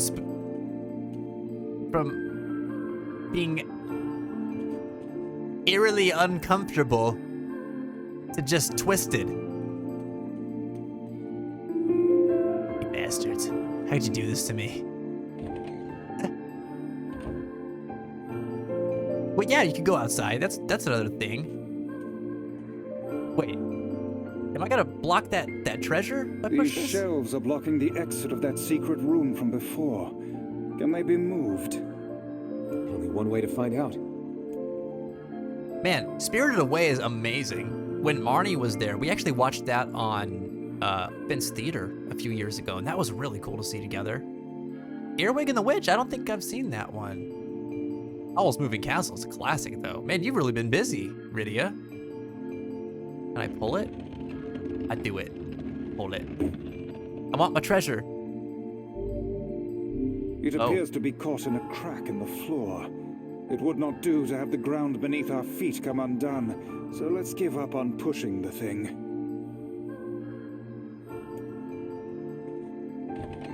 Jin has never watched a Studio Ghibli movie. Don't worry, chat. Don't worry. We will address this together, okay? Don't condemn Jin just yet. She'll have her shot. She'll get to participate in the wonderment that is Studio Ghibli. Lost! Welcome back, man! Welcome home. It's good to see you today. There don't seem to be any shades around, at least. Wait, what did we just pick up? For us. Now let no more time be wasted in our search for the townsfolk. Oh my gosh, I didn't even read it. I never do that. What the heck? What did I pick up? Was it a key item? Oh no.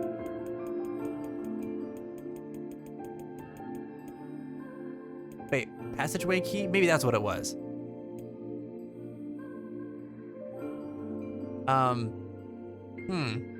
An anime intervention. Yeah, don't pull a Tanner. Say watch Monogatari. I hope it was the passageway key. Oh man, should have been paying attention.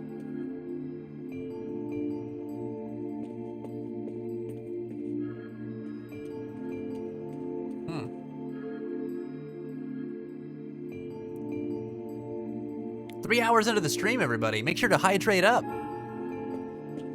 Get some water if you're running low.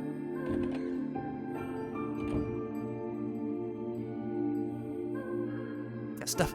Chillplay said it best earlier. Stuff got morbid real quick. Yeah. Yeah, my good feeling is gone. Okay. The white tracks end here.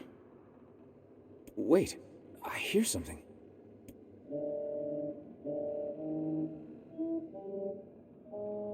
What? Can't describe it the way that I want to. This is creepy. Yeah, someone plays music. Can I have... Would it not be wise to explore the rooms on the floor above us? No, Vice, I'm scared. Oh, damn. The hell is this smell? Perhaps it is wafting from further inside? I don't want anything to be wafting right now. It's like someone missed a few Another music apple. lessons. Just how many apples does that quibbling husband keep on his person while he's out and about? Let's keep searching. Don't. Why do you ban the C word now too? It's not even the bad C word. It's a completely normal C word. This is the worst. Why? Vice? I think the floor is... No! I didn't get to explore the stuff above Speak to yet. me, lad. Are you hurt? What have I done? I feel like I missed some key moment here. Been better, but I'll live. All because I wanted to save the eeriness for last. I can't see a thing down here. And what is that terrible stench? I suspect we may have fallen into the ship's hold. The lantern got away from me during the fall. We'd better look for it. The previous two are available yet? Which ones? I don't know anymore.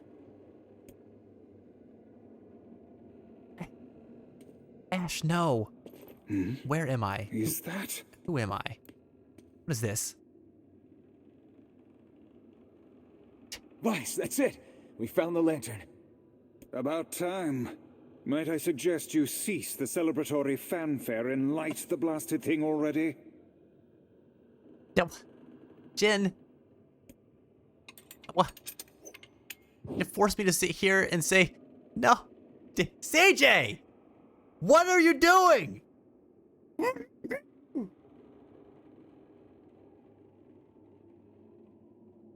I can't trust any of you anymore. It's the worst. I have to sit over here and say Splorky. Like some sort of Splork sayer. God damn. What is happening? What is this? Oh dear. What? Look at the bodies. What? They are all people from town. And No I way! fear the missing ferryman. Why? Why is he?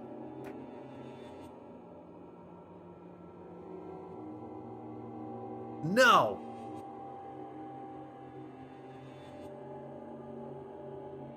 No, I'm so upset. He can't be dead. Oh no. This can't be real. Why? Why did everyone have to... God damn it. What?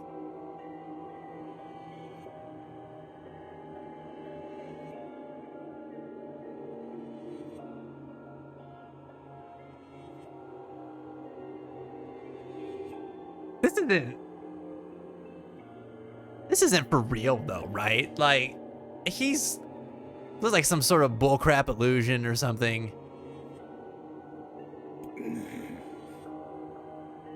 Pull yourself together, lad. Remember the presence Kaine sensed. The culprit who murdered these poor folk likely awaits us further within. And yeah, and then everyone jumps out for the surprise party.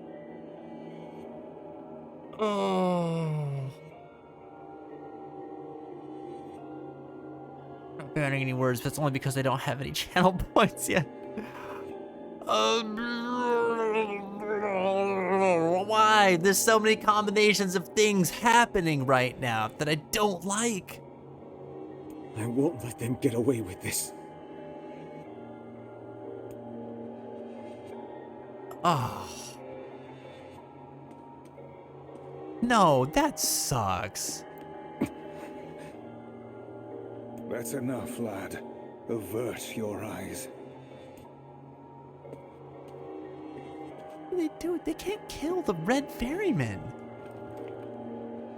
He's the best character in the whole game. He's so good. Hey there, you two. I'm not now, Emil. Hey, I didn't know you guys came back inside. Did we ever? Found a nice hole in the wall to slide through. But then we heard a bunch of noise coming from that super dark floor downstairs. You sure had us worried. Yeah, sorry about that. You feeling better, Kaine? A little, yeah. Sorry for the trouble. No, I'm glad you're okay, but what the hell?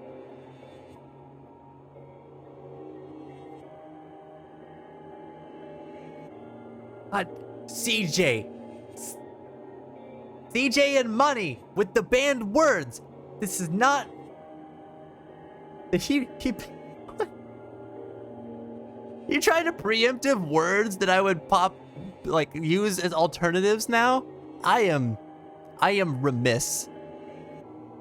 I am loath to know that this is what my community would do to me. Oh, I don't like the fact they ruined the surprise party. They're the worst party planners. Good. That's good. Damn it! What are you doing? I'm so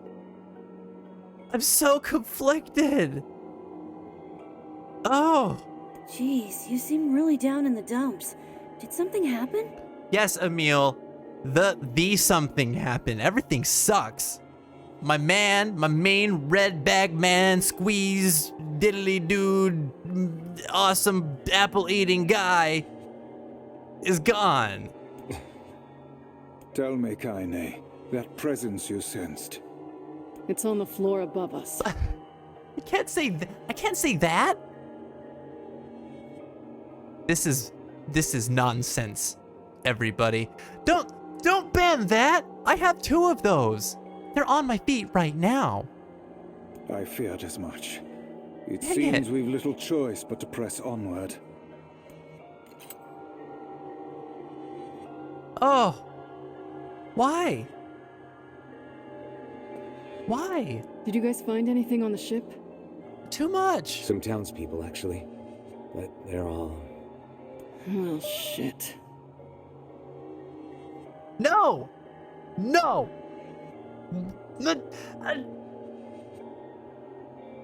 That's the worst one you could have done, Ash.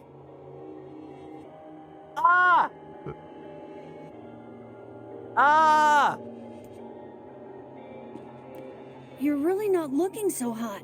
Is like everything this. okay? They killed my... And I can't even ask. You shouldn't have to bear all this on your own. Once things calm down a bit, come talk to me about it, okay? Oh, Thanks, dude. Emil. Oh. Egg started a compliment train. Everyone here is showing so much love and friendliness. It is so amazing. And all y'all are epically cool and nice. That is to everyone here. Egg, thank you so much for starting the love and the compliment train. It's awesome. You know what that means, everybody? Say something nice, say a compliment about the person above you in chat. We'll keep this compliment train rolling. Oh, you say you're welcome, Ash, but I don't think you're trying to do me any favors. I am so anxious about saying words that I'm not supposed to say. I don't know what... You can't ban an exasperated outcry, Mashi. You're gonna make it to where I can't even talk. I can't even say anything. That's not fair.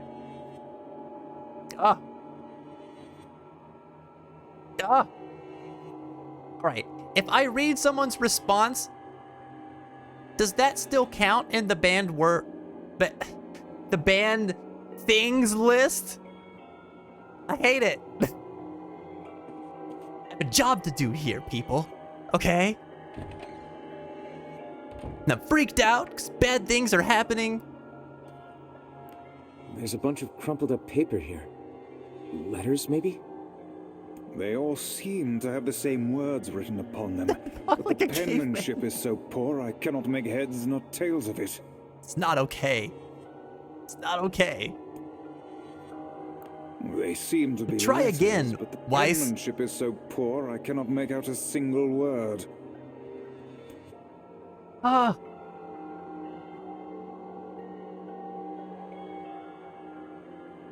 Man. Okay. All right. Rydia, or Jen, got Rydia for her compliment tea, saying Rydia is the best princess. She's pretty, lovely, and supportive. Happy to know her and call her a friend. Awesome. I love it. Love it. Rydia says, let's see, Faintest of Hearts is an amazing singer, and I hope one day we can duet together. Oh, I love that too. Yeah. Why say many when few do? What do?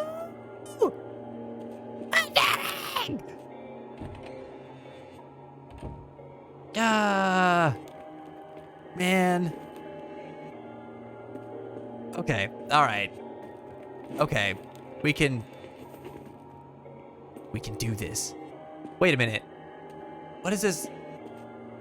Are we in like a totally different side of the ship now? I don't even get to go back up and explore. I should have seen what was going on with the not okay tuba player. Man. Okay, all right. This would be the final I'm scared. room, yes? The culprit who murdered the townspeople may be behind this very door. Let us proceed with utmost caution. What happened to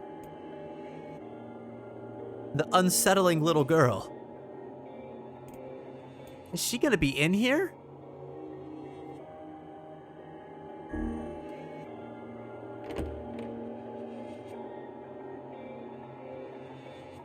I can't believe I skipped stuff. I can't believe I walked past those rooms and What? Stop it! Stop doing that! No! Rydia said, but parasocial relationships just seem odd to me. I wish people could just be friends, you know? Wait, is this... I feel like I missed something here. Hold on, let me see. Oh, Rydia said, I have a question. What is your stance on parasocial relationships? I had an encounter with a YouTuber who basically enacted a parasocial relationship with me and basically said they weren't my friend and didn't want to be my friend, and it made me view parasocial relationships as odd. I understand you can't be friends with everyone, but I personally don't think that you can't be friends with someone who enjoys your content. I think you can be. Or I personally don't think that you can't be friends with someone who enjoys your content. I think you can be. You absolutely can be. The thing with parasocial relationships is that it's not expected that you will be. At the end of the day, you got content creators who are out there who are making things for people to enjoy. And part of their success comes from being able to spread that content to other people. And one of the key ways to doing that is by creating something that is appealing to audience members. And something that is appealing to audience members a lot of times is, you know, trying to make that connection while you're creating your content to make people feel like they are important in what you do and like, you know, they are cared about by the creator. Now, when I explain that, I know it sounds terrible. It sounds like content creators are all bad, doing bad things, and not caring about anybody that supports them or anything like that. That's not what I'm saying. What I am saying is that like the route to success for a lot of content creators comes with these types of things, these parasocial relationship building tendencies, and it's been in entertainment, like as an industry, it's been part of the entertainment industry for a very long time, and I don't see it going away anytime soon. And so I'm not saying that it's great.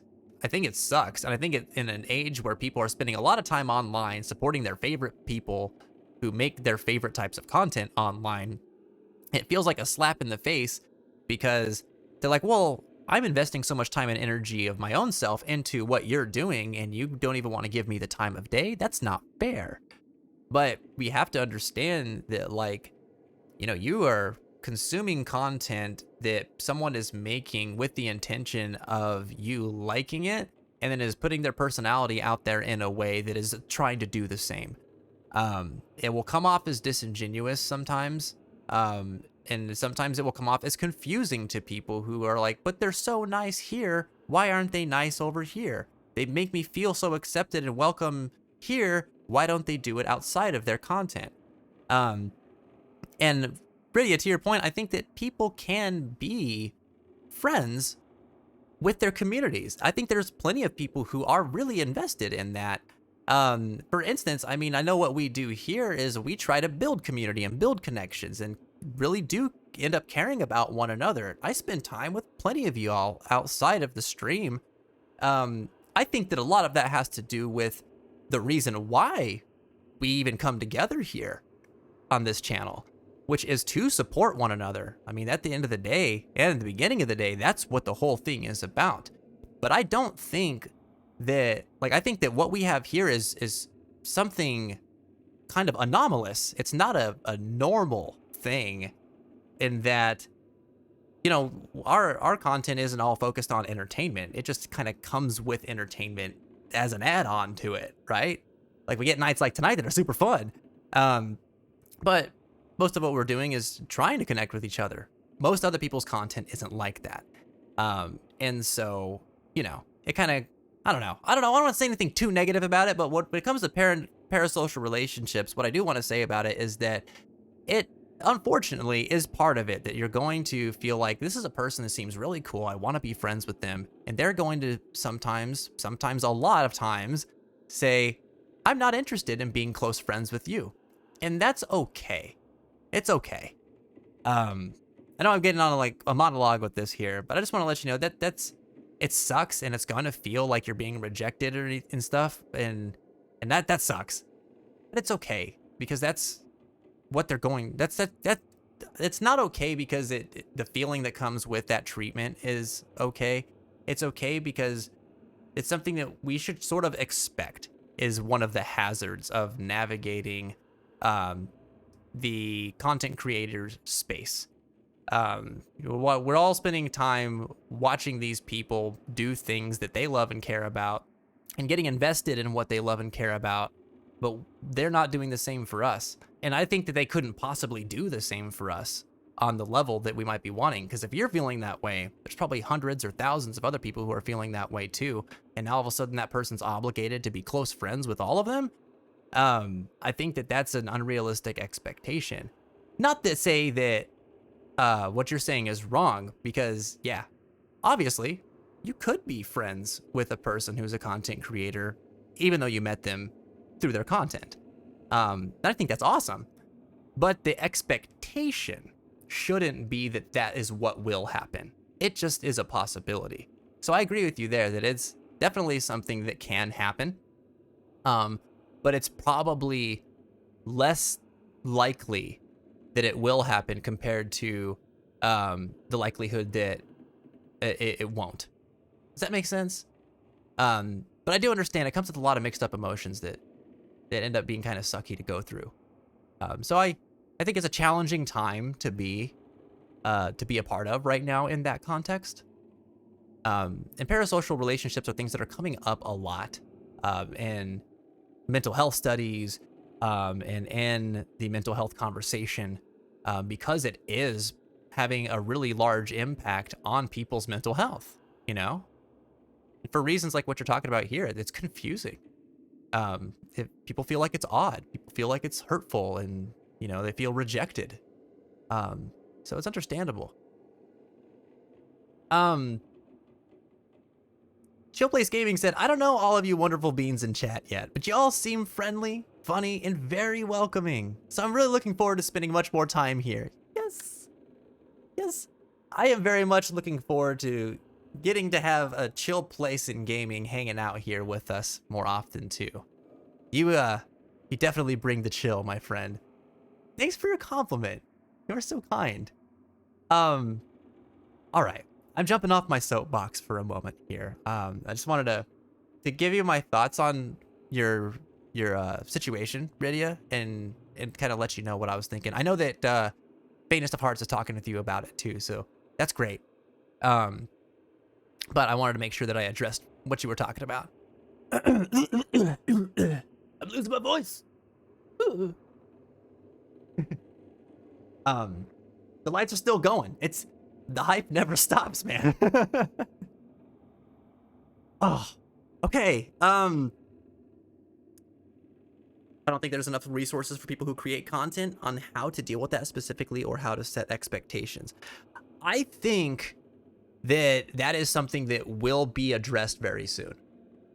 Because people are talking about it so much, I think that it will be something that comes up in a more meaningful way where it's actionable. And I think that, honestly, it's probably going to be something that we talk about here in the future too, because it is so prominent. And the effects of it fall right in line with everything that we got going on here too. So it'll be a conversation that we'll all have together too. More in depth, I mean. Because yeah, it's one of those things. It's like, it's a new and emerging thing, right? Like parasocial relationship, I don't think has been as big of a problem in history as it is right now, because the way that we're able to share content and able to connect so quickly and instantly, and so often, has created this unique space that has never existed before. And so it's a brand new problem. And it's going to take some time for people to be affected by it, for people to observe people being affected by it, and then talk about it and draw up some data, so that then we can come up with some conclusions here and then create something that we can operationalize.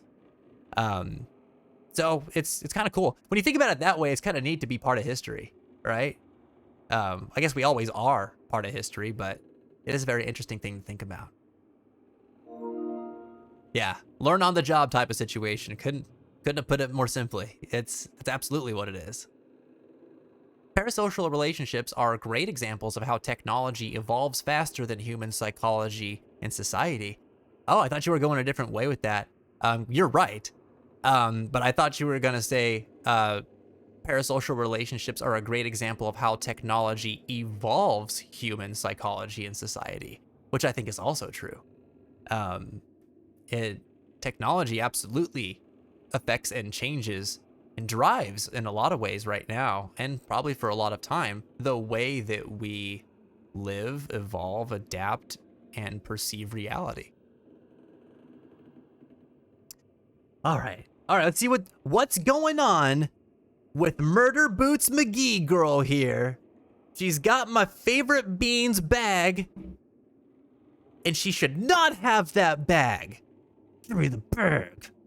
Old lad, this is a lone child sitting inside a hulking ship littered with corpses. Something is clearly amiss. No, she's the worst. She did it. Give me my bagman back. There. Could this girl be the presence you sensed, Kaine? What? Oh, hey, it's you. Been a while. What the hell are you doing here? Did you see all those people downstairs? Mr. Postman? Lily, hello! Welcome back home. How are you doing tonight? Wait, you're the postman. What are you doing here? Oh, I've been coming here a lot lately. Or what? I Just think this teleported girl there? was on the ship when it drifted in. I've been keeping an eye on her until she's well enough to leave. Well, that's news to me. Oh, gosh. Hey, so this is kind of awkward, but... the girl is, bleeding?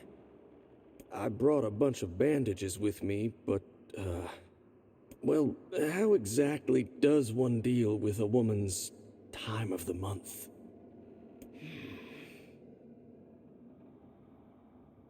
I don't know that Kaine's the right person to ask about that. Sorry.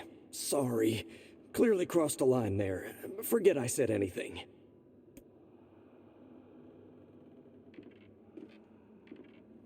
Stay the hell away from her. She isn't... Oh no. Oh no! Ah!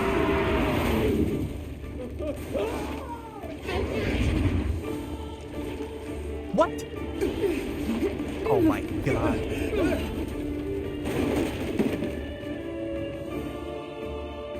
Kaine! Emil!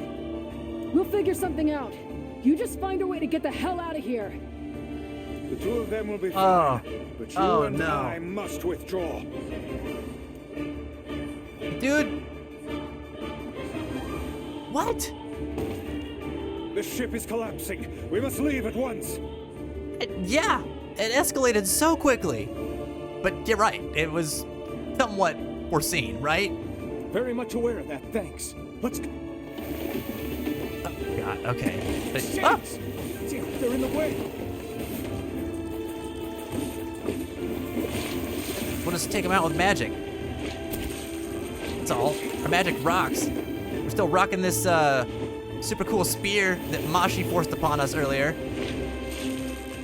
Oh, great. These things regenerate? Only cut to the ones on your... Looks like we can get out through that hole up there. Okay. Whoosh. Oh, that went south so fast. Oh. Back to Beastbane. All right. Ashers, I have struck again. Sorry. You'll have to apologize. Thank you so much for the tip. Thank you. All right, I gotta switch my weapon back. Beastbane. All right. Oh God. What is it? Oh. That was a happy exclaim. I love this part in the music. Oh gosh. Glad you two made it out in one piece. Yeah, we're good. But that poor postman is still trapped inside. Dude, he's gone the way of the bagman. We'd better go help him out. No shade would dare pursue us into sunlight such as this. We should use the opportunity to ready ourselves.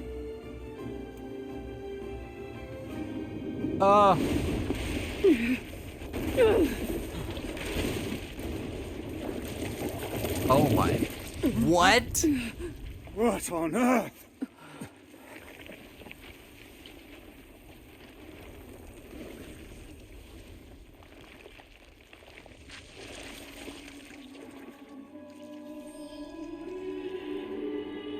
Oh my God.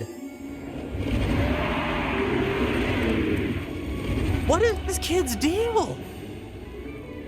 How does she look like that? And why is she now in the shade? What is up with this? Why isn't this shade being hurt by the sun? What is the faces That on? is not precisely the case. It most certainly is being burned by the sunlight. However, its regenerative abilities far outpace whatever damage the light is able to inflict. Oh, God. This light, something is coming. Get out of the way at once. I'm out of the way. I moved. I can't believe that little girl was actually this thing. This Somehow I can. monstrosity is unlike anything we've faced before. Remain vigilant. This thing's bigger than the Dark Colossus. Oh. Oh. Oh. Oh. Oh.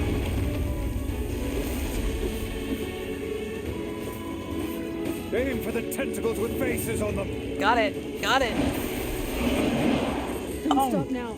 Focus on the Have to next clean one. off. This music is so This cool. thing is gonna pay for what it did to those people. The town will be in grave danger should we leave this creature be. We must end it here and now. There's a shade playing Ghost. Yeah. It killed my bagman.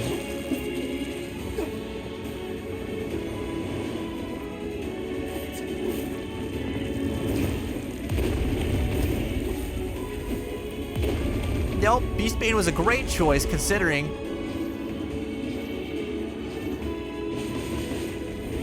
Oh, I thought that would have done way more damage. Whoa.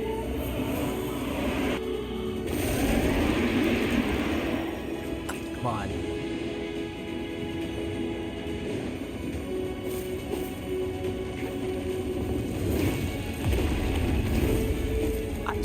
I'm still in disbelief. He's not dead, right?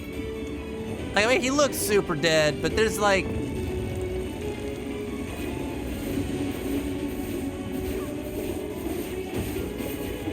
has to be a bunch of bullcrap. Now is our chance. Attack with all that you have.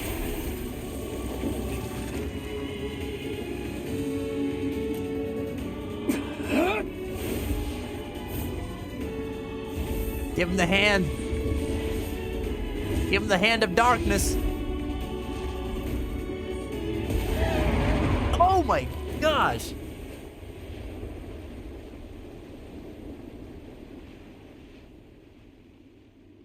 Did we get it? Whoa.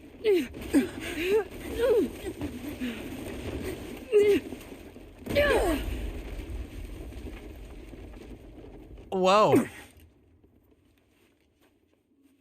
Oh, hell. That thing's huge.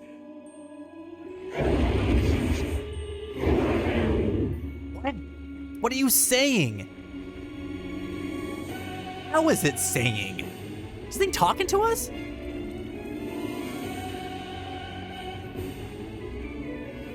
Oh my gosh. Holy crap. What? What is happening right now? This is ridiculous. Yeah, I also have some sniffles going on today. I think it's just because the weather's getting colder, y'all. It's the change of seasons, man. Oh. All right, I need a minute here. Let's see, what? Did Rydia have to bounce out earlier because their phone was dying? What was happening there? Although Lilith, I don't think that I got to say hello to you earlier. Maybe I did, and then I got caught up in all the hubbub. In which case, I'm sorry. But hi. You got back from vacation. Right on. You hiked and your parents and sister rode horses. Dude, that's cool. Sounds like a fun vacation. Don't you hate it when you're babysitting and the child becomes a pickle monster? My child bleeds and turns into pickle monster. It does kind of look like like a Morbol or a is it a Morbol? Morbol or Malboro? Meets Devil Joe. Good lord. Oh. Oh. All right. Okay. How do I fight you? Recover from such a grievous wound. Don't hit me. Attacks aren't Whoa. gonna do shit against this thing. Here it Oh, comes. this is insane. Like how Weiss tells us to dodge like well after dodging would be effective. Oh my god. Danger spikes. Whoa, this battlefield got awesome. Turning its body into spears and shooting them at us? They explode. I can't believe such a huge shade even exists.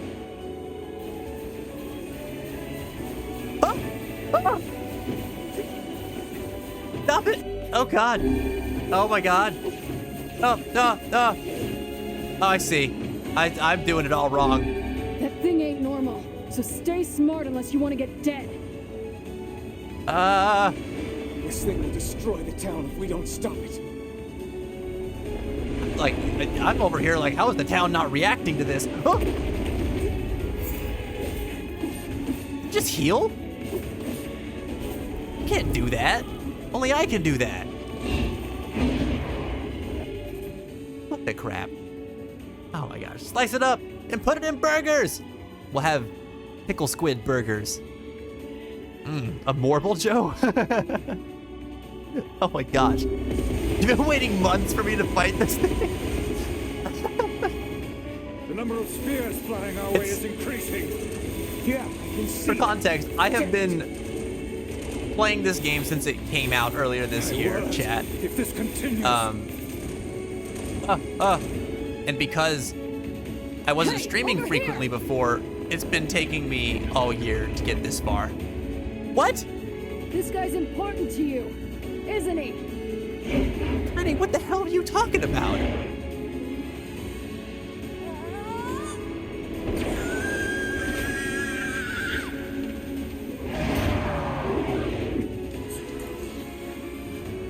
This is here and now.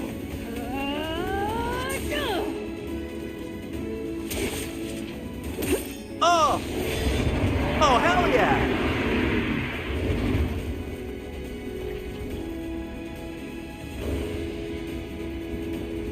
Oh my god! What? What? No way! Is this thing immortal? How can it withstand such an onslaught? I'm This is really like- scared, guys. This is like RPing with the friend in a battle RP that's just like reads your complex ass move and is just like, but then I dodged it. You can't do that. Oh god, oh god, oh god. Oh, we didn't do it in time. Oh, we're dead. Oh, we're dead. Wait, did it actually kill us?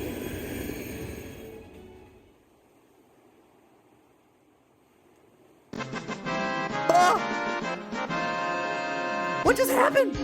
Digi! Thank you for the sub love! I think. But we're in get up! trouble. My body won't. Damn it! Ah! Digi, help! Digi, please!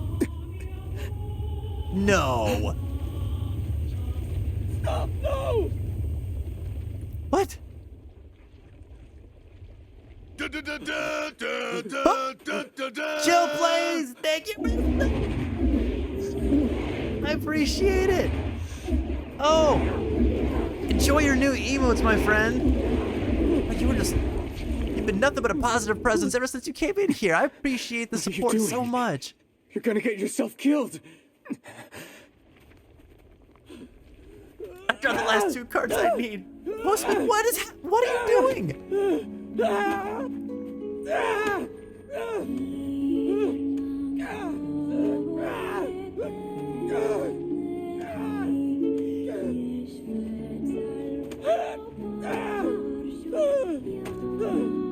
Oh no.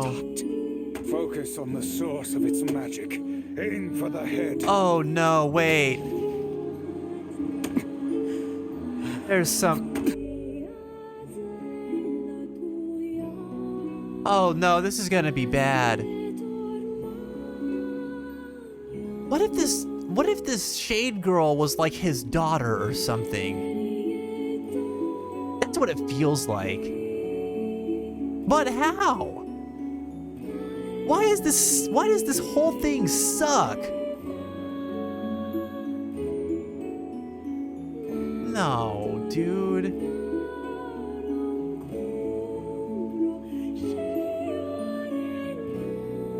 I don't want to find out what this is gonna be. Oh God.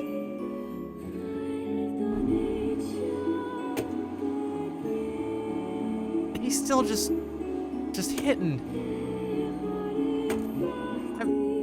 We can never be together. You disgust. What? Wait, what? Why did it cut him off?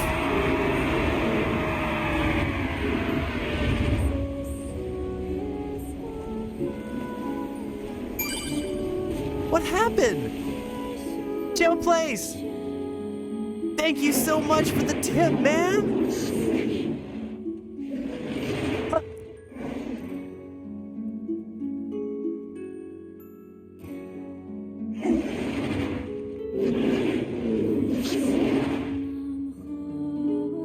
What? That's all he says is you disgust me? We can never be together. What is she saying?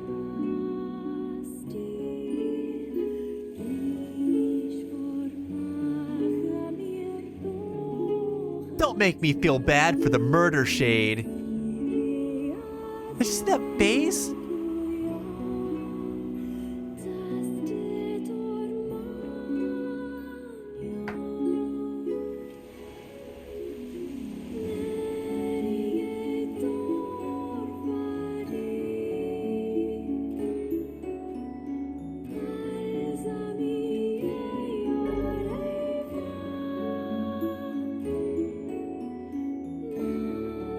What the hell just happened?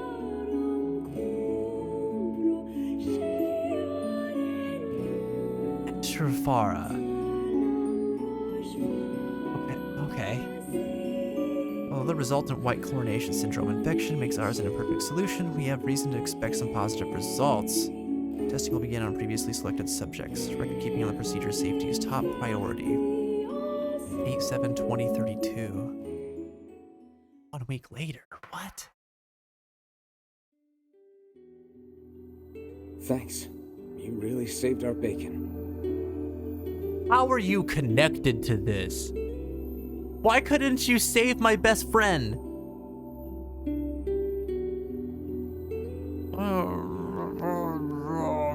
Wow. You want us to raid Authentics? 81. All right. Let me copy pasta that real quick. And that's what we'll do. Be just a sec.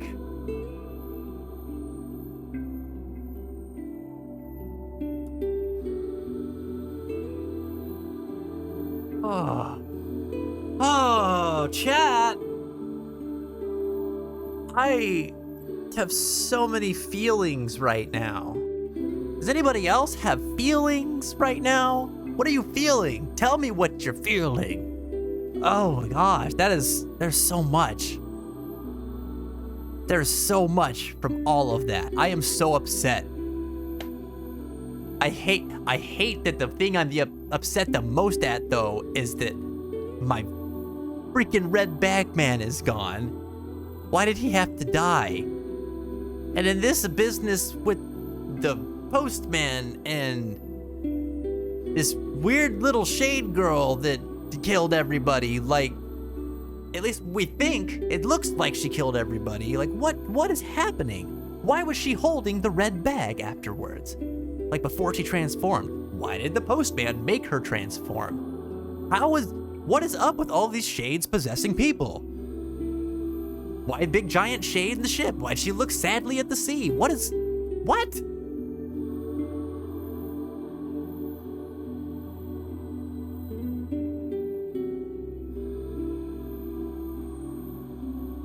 Ah. Chill Place, thank you so much for the love, my friend. Seriously, I appreciate your kind words. You are awesome.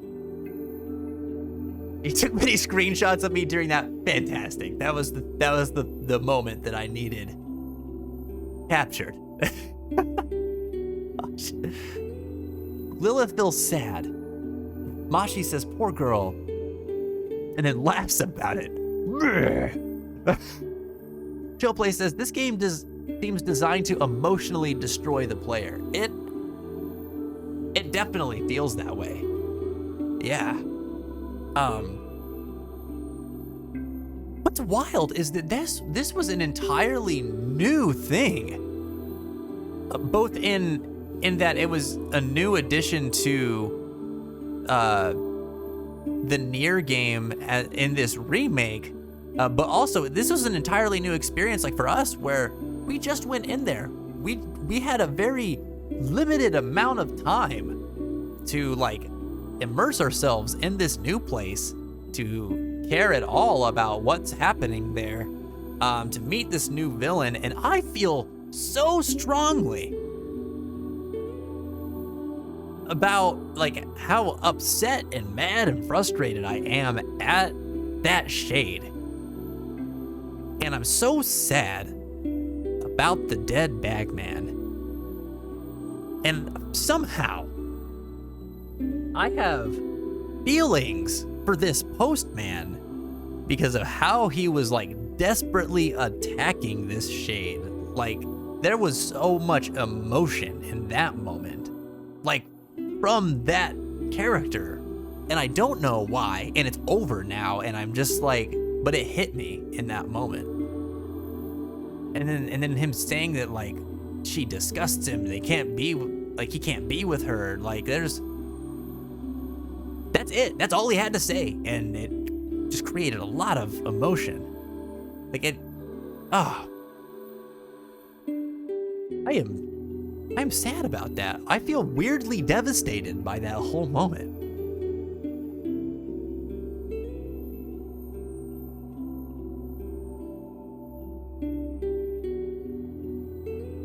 I'm recovering. We're gonna play the game while I recover, okay? Are you all recovering? Do you need support? Can we get some hearts in the chat right now? Please and thank you. We need them. Jin says it's terrible. Mashi says, I mean, what do you expect when Yoko Taro is involved? I mean, this. But still, man, like,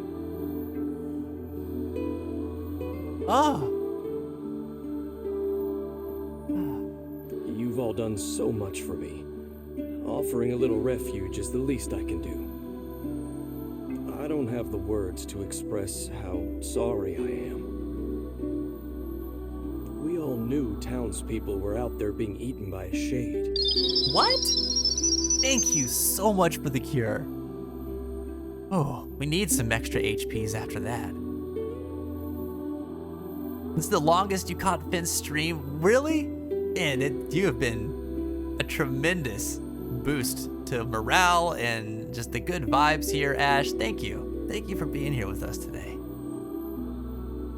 Chill says, it seems to be the kind of scene that requires you to go and sit in the dark room for a few hours after. Yeah. And then hope that we don't get murdered and eaten like our friend did.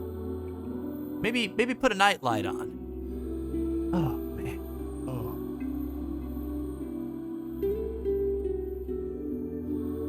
But I never imagined I was taking care of it this entire time. What? The fault lies with that foul creature alone, Postman, not yourself. What was it though about that moment that caused her to flip out like that and reveal her true nature? There's something he's not saying. I hope I can believe that someday. All right, well, we'd better get going. There's someone else we need to break this news to. Oh no, that's right, of course. Oh no. Fair enough. I hope to see you out there on the old letter trail again soon. No. Oh god, dude, we're gonna tell his wife, and it's just gonna be just awful. We were talking earlier about how like they were so like intertwined in each other's lives. I mean, it's a codependent kind of relationship, one that didn't seem very healthy, but one that they accepted and established like their roles in each other's lives in. And losing something like that in this way is not. Oh god, I'm scared. I'm scared of what's gonna happen to her. Oh, why? They're the comic relief of this game. Why does this happen?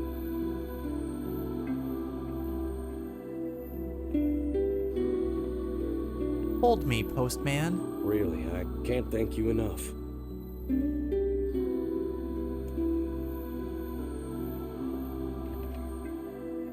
They added the Postman into this game. Did you find my husband? Why do you? No! I'm supposed to emotionally steel myself by walking over to you. You don't get to just come in here. Oh no. Oh no. The thing is... Wait, why are you hesitating? Is he all right? Please tell me he's all right. Come on, say something already. Get out. Get the...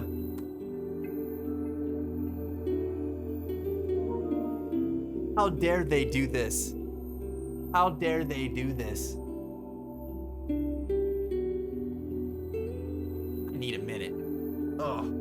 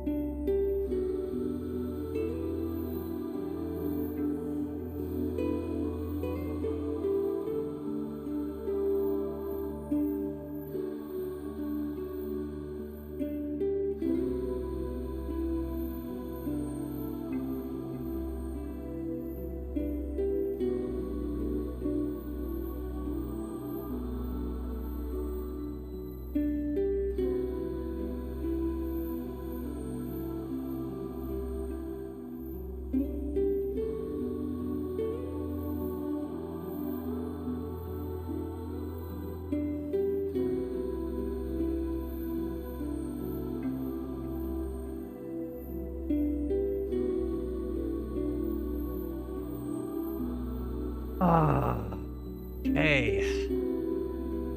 Dude. That's like, this is a lot all at once. This is a lot all at once. And then they're like, hey, here's this like thing now. You got to decide whether you're going to like try to like sugarcoat something, which how do you sugarcoat something like this? You can't just lie to the lady. Then what do you say? There's nothing to say. You have to tell her the truth. Why give you a choice in this? You have to tell her the truth. Ah.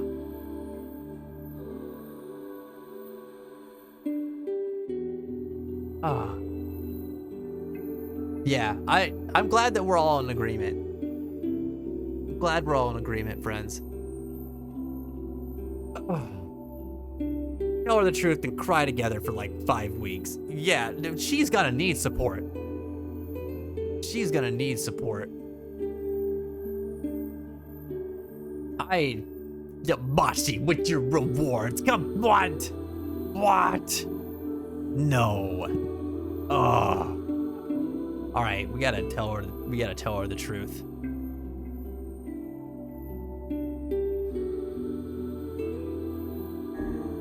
Your husband was killed by a shade. I'm sorry. We tracked him down, but it was already too late. No, it can't be true. That big idiot, always carrying his bag around, thinking about me all the time. Oh. Oh God, this can't be happening.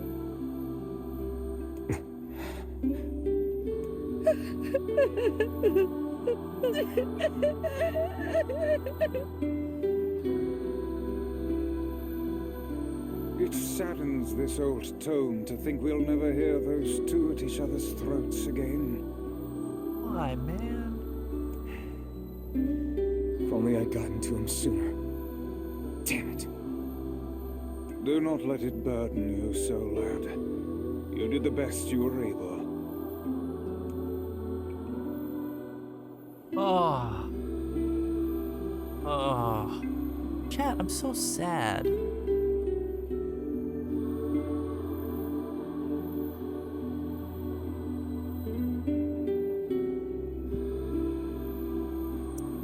God, man.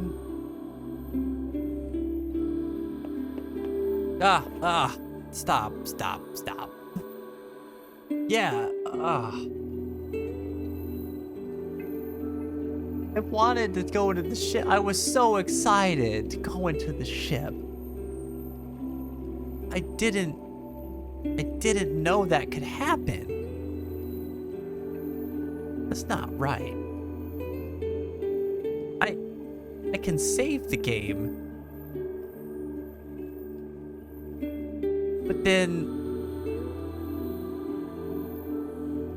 But then this is real.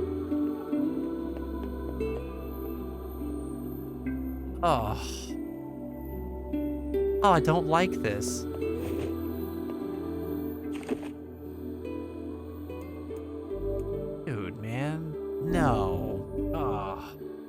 when she said, like, oh, carrying his stupid red bag around thinking about me all the time, he was thinking about her all the time. All the time, whether it was talking about what gifts he's gonna get her, talking about how she doesn't understand the way he does chores, or jokes that he was telling that she made fun of him for or couldn't stand. Like, it was always about her. And that's just sad. Oh. He was such a good guy. He was so nice, like, all the time. Oh, this is gonna take me some time, chat.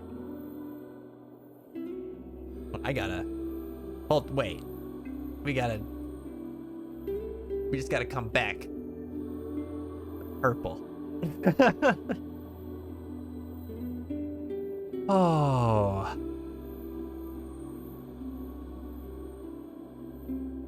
Han! Oh, yes. Thanks for the hugs out there, everybody. We could all use a hug right now. Oh, man. It's gonna be okay.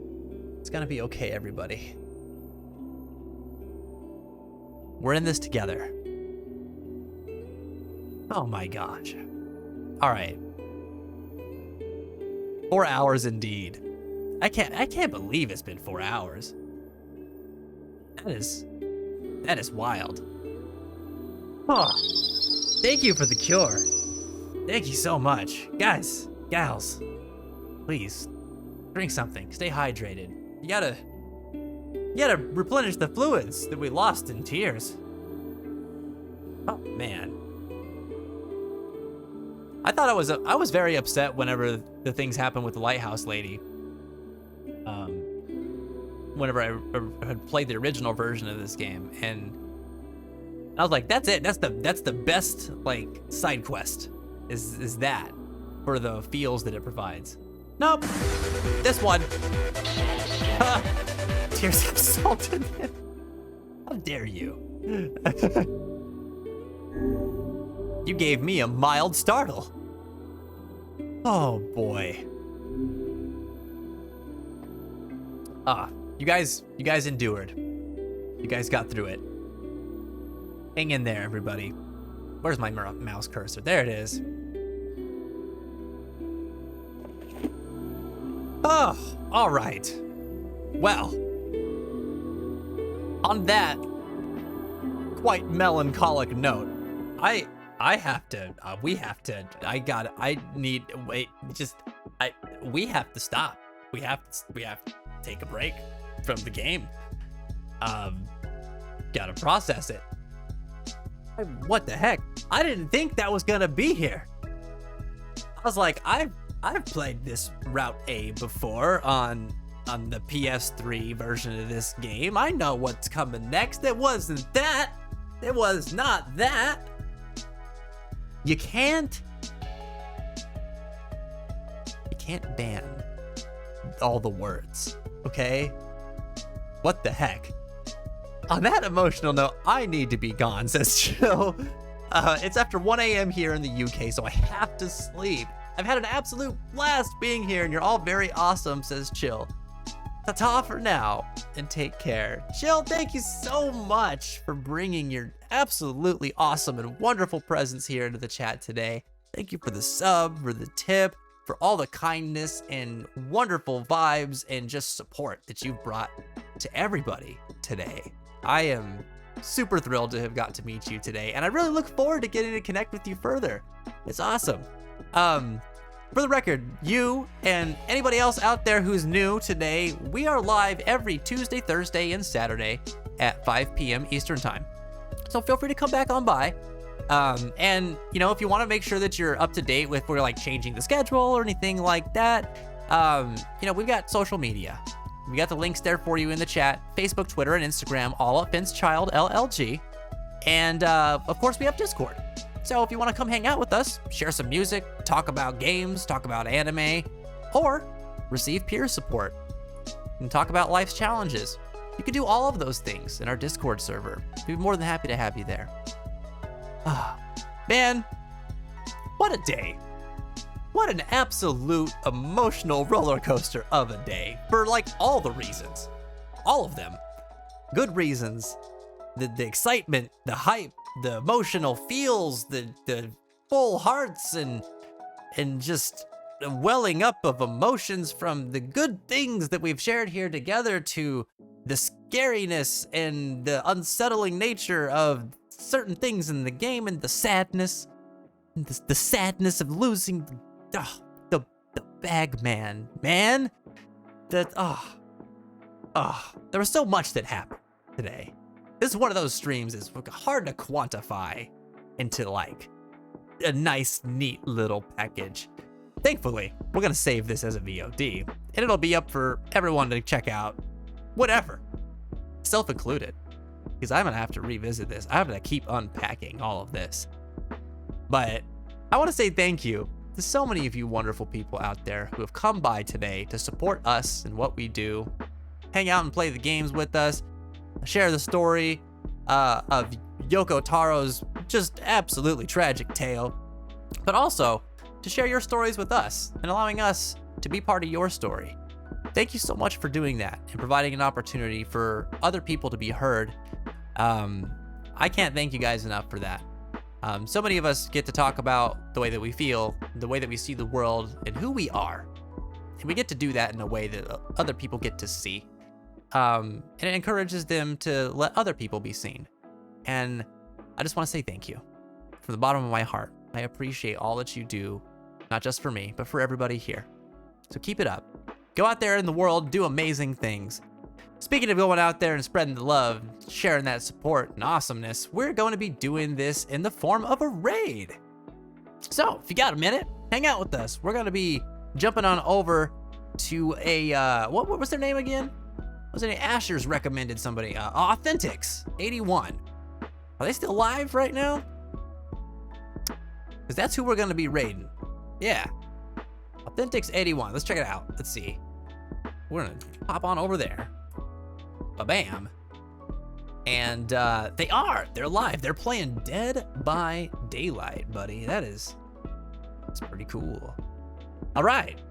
So, let's get this set up. If you guys have never done a raid on the fence before, well, we're gonna make it really easy for you. All right. Actually, I did that wrong.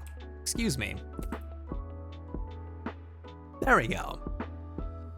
Oh, Lunar Waffles. Oh no. Oh no.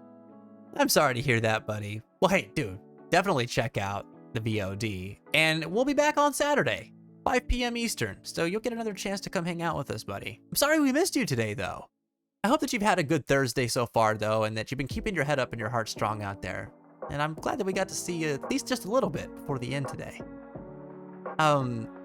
Yep, so we're getting ready to raid Authentics. They're playing Dead by Daylight.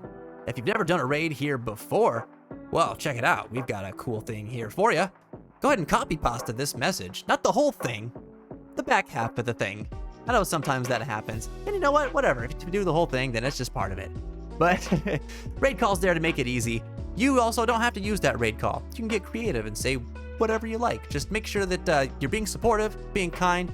We're gonna go over into Authentics chat, raid, hang out for about 5 to 10 minutes, show some love and support, and then I'm gonna wish you all a kind farewell so that you have a wonderful rest of your night. Thank you so much for being here again. I appreciate the love and support. Thank you for the subs. Thank you for the good vibes. And I want you guys to keep your heads up and your hearts strong out there. I'll see you all on Saturday, okay? Take care, everybody. May your heart be your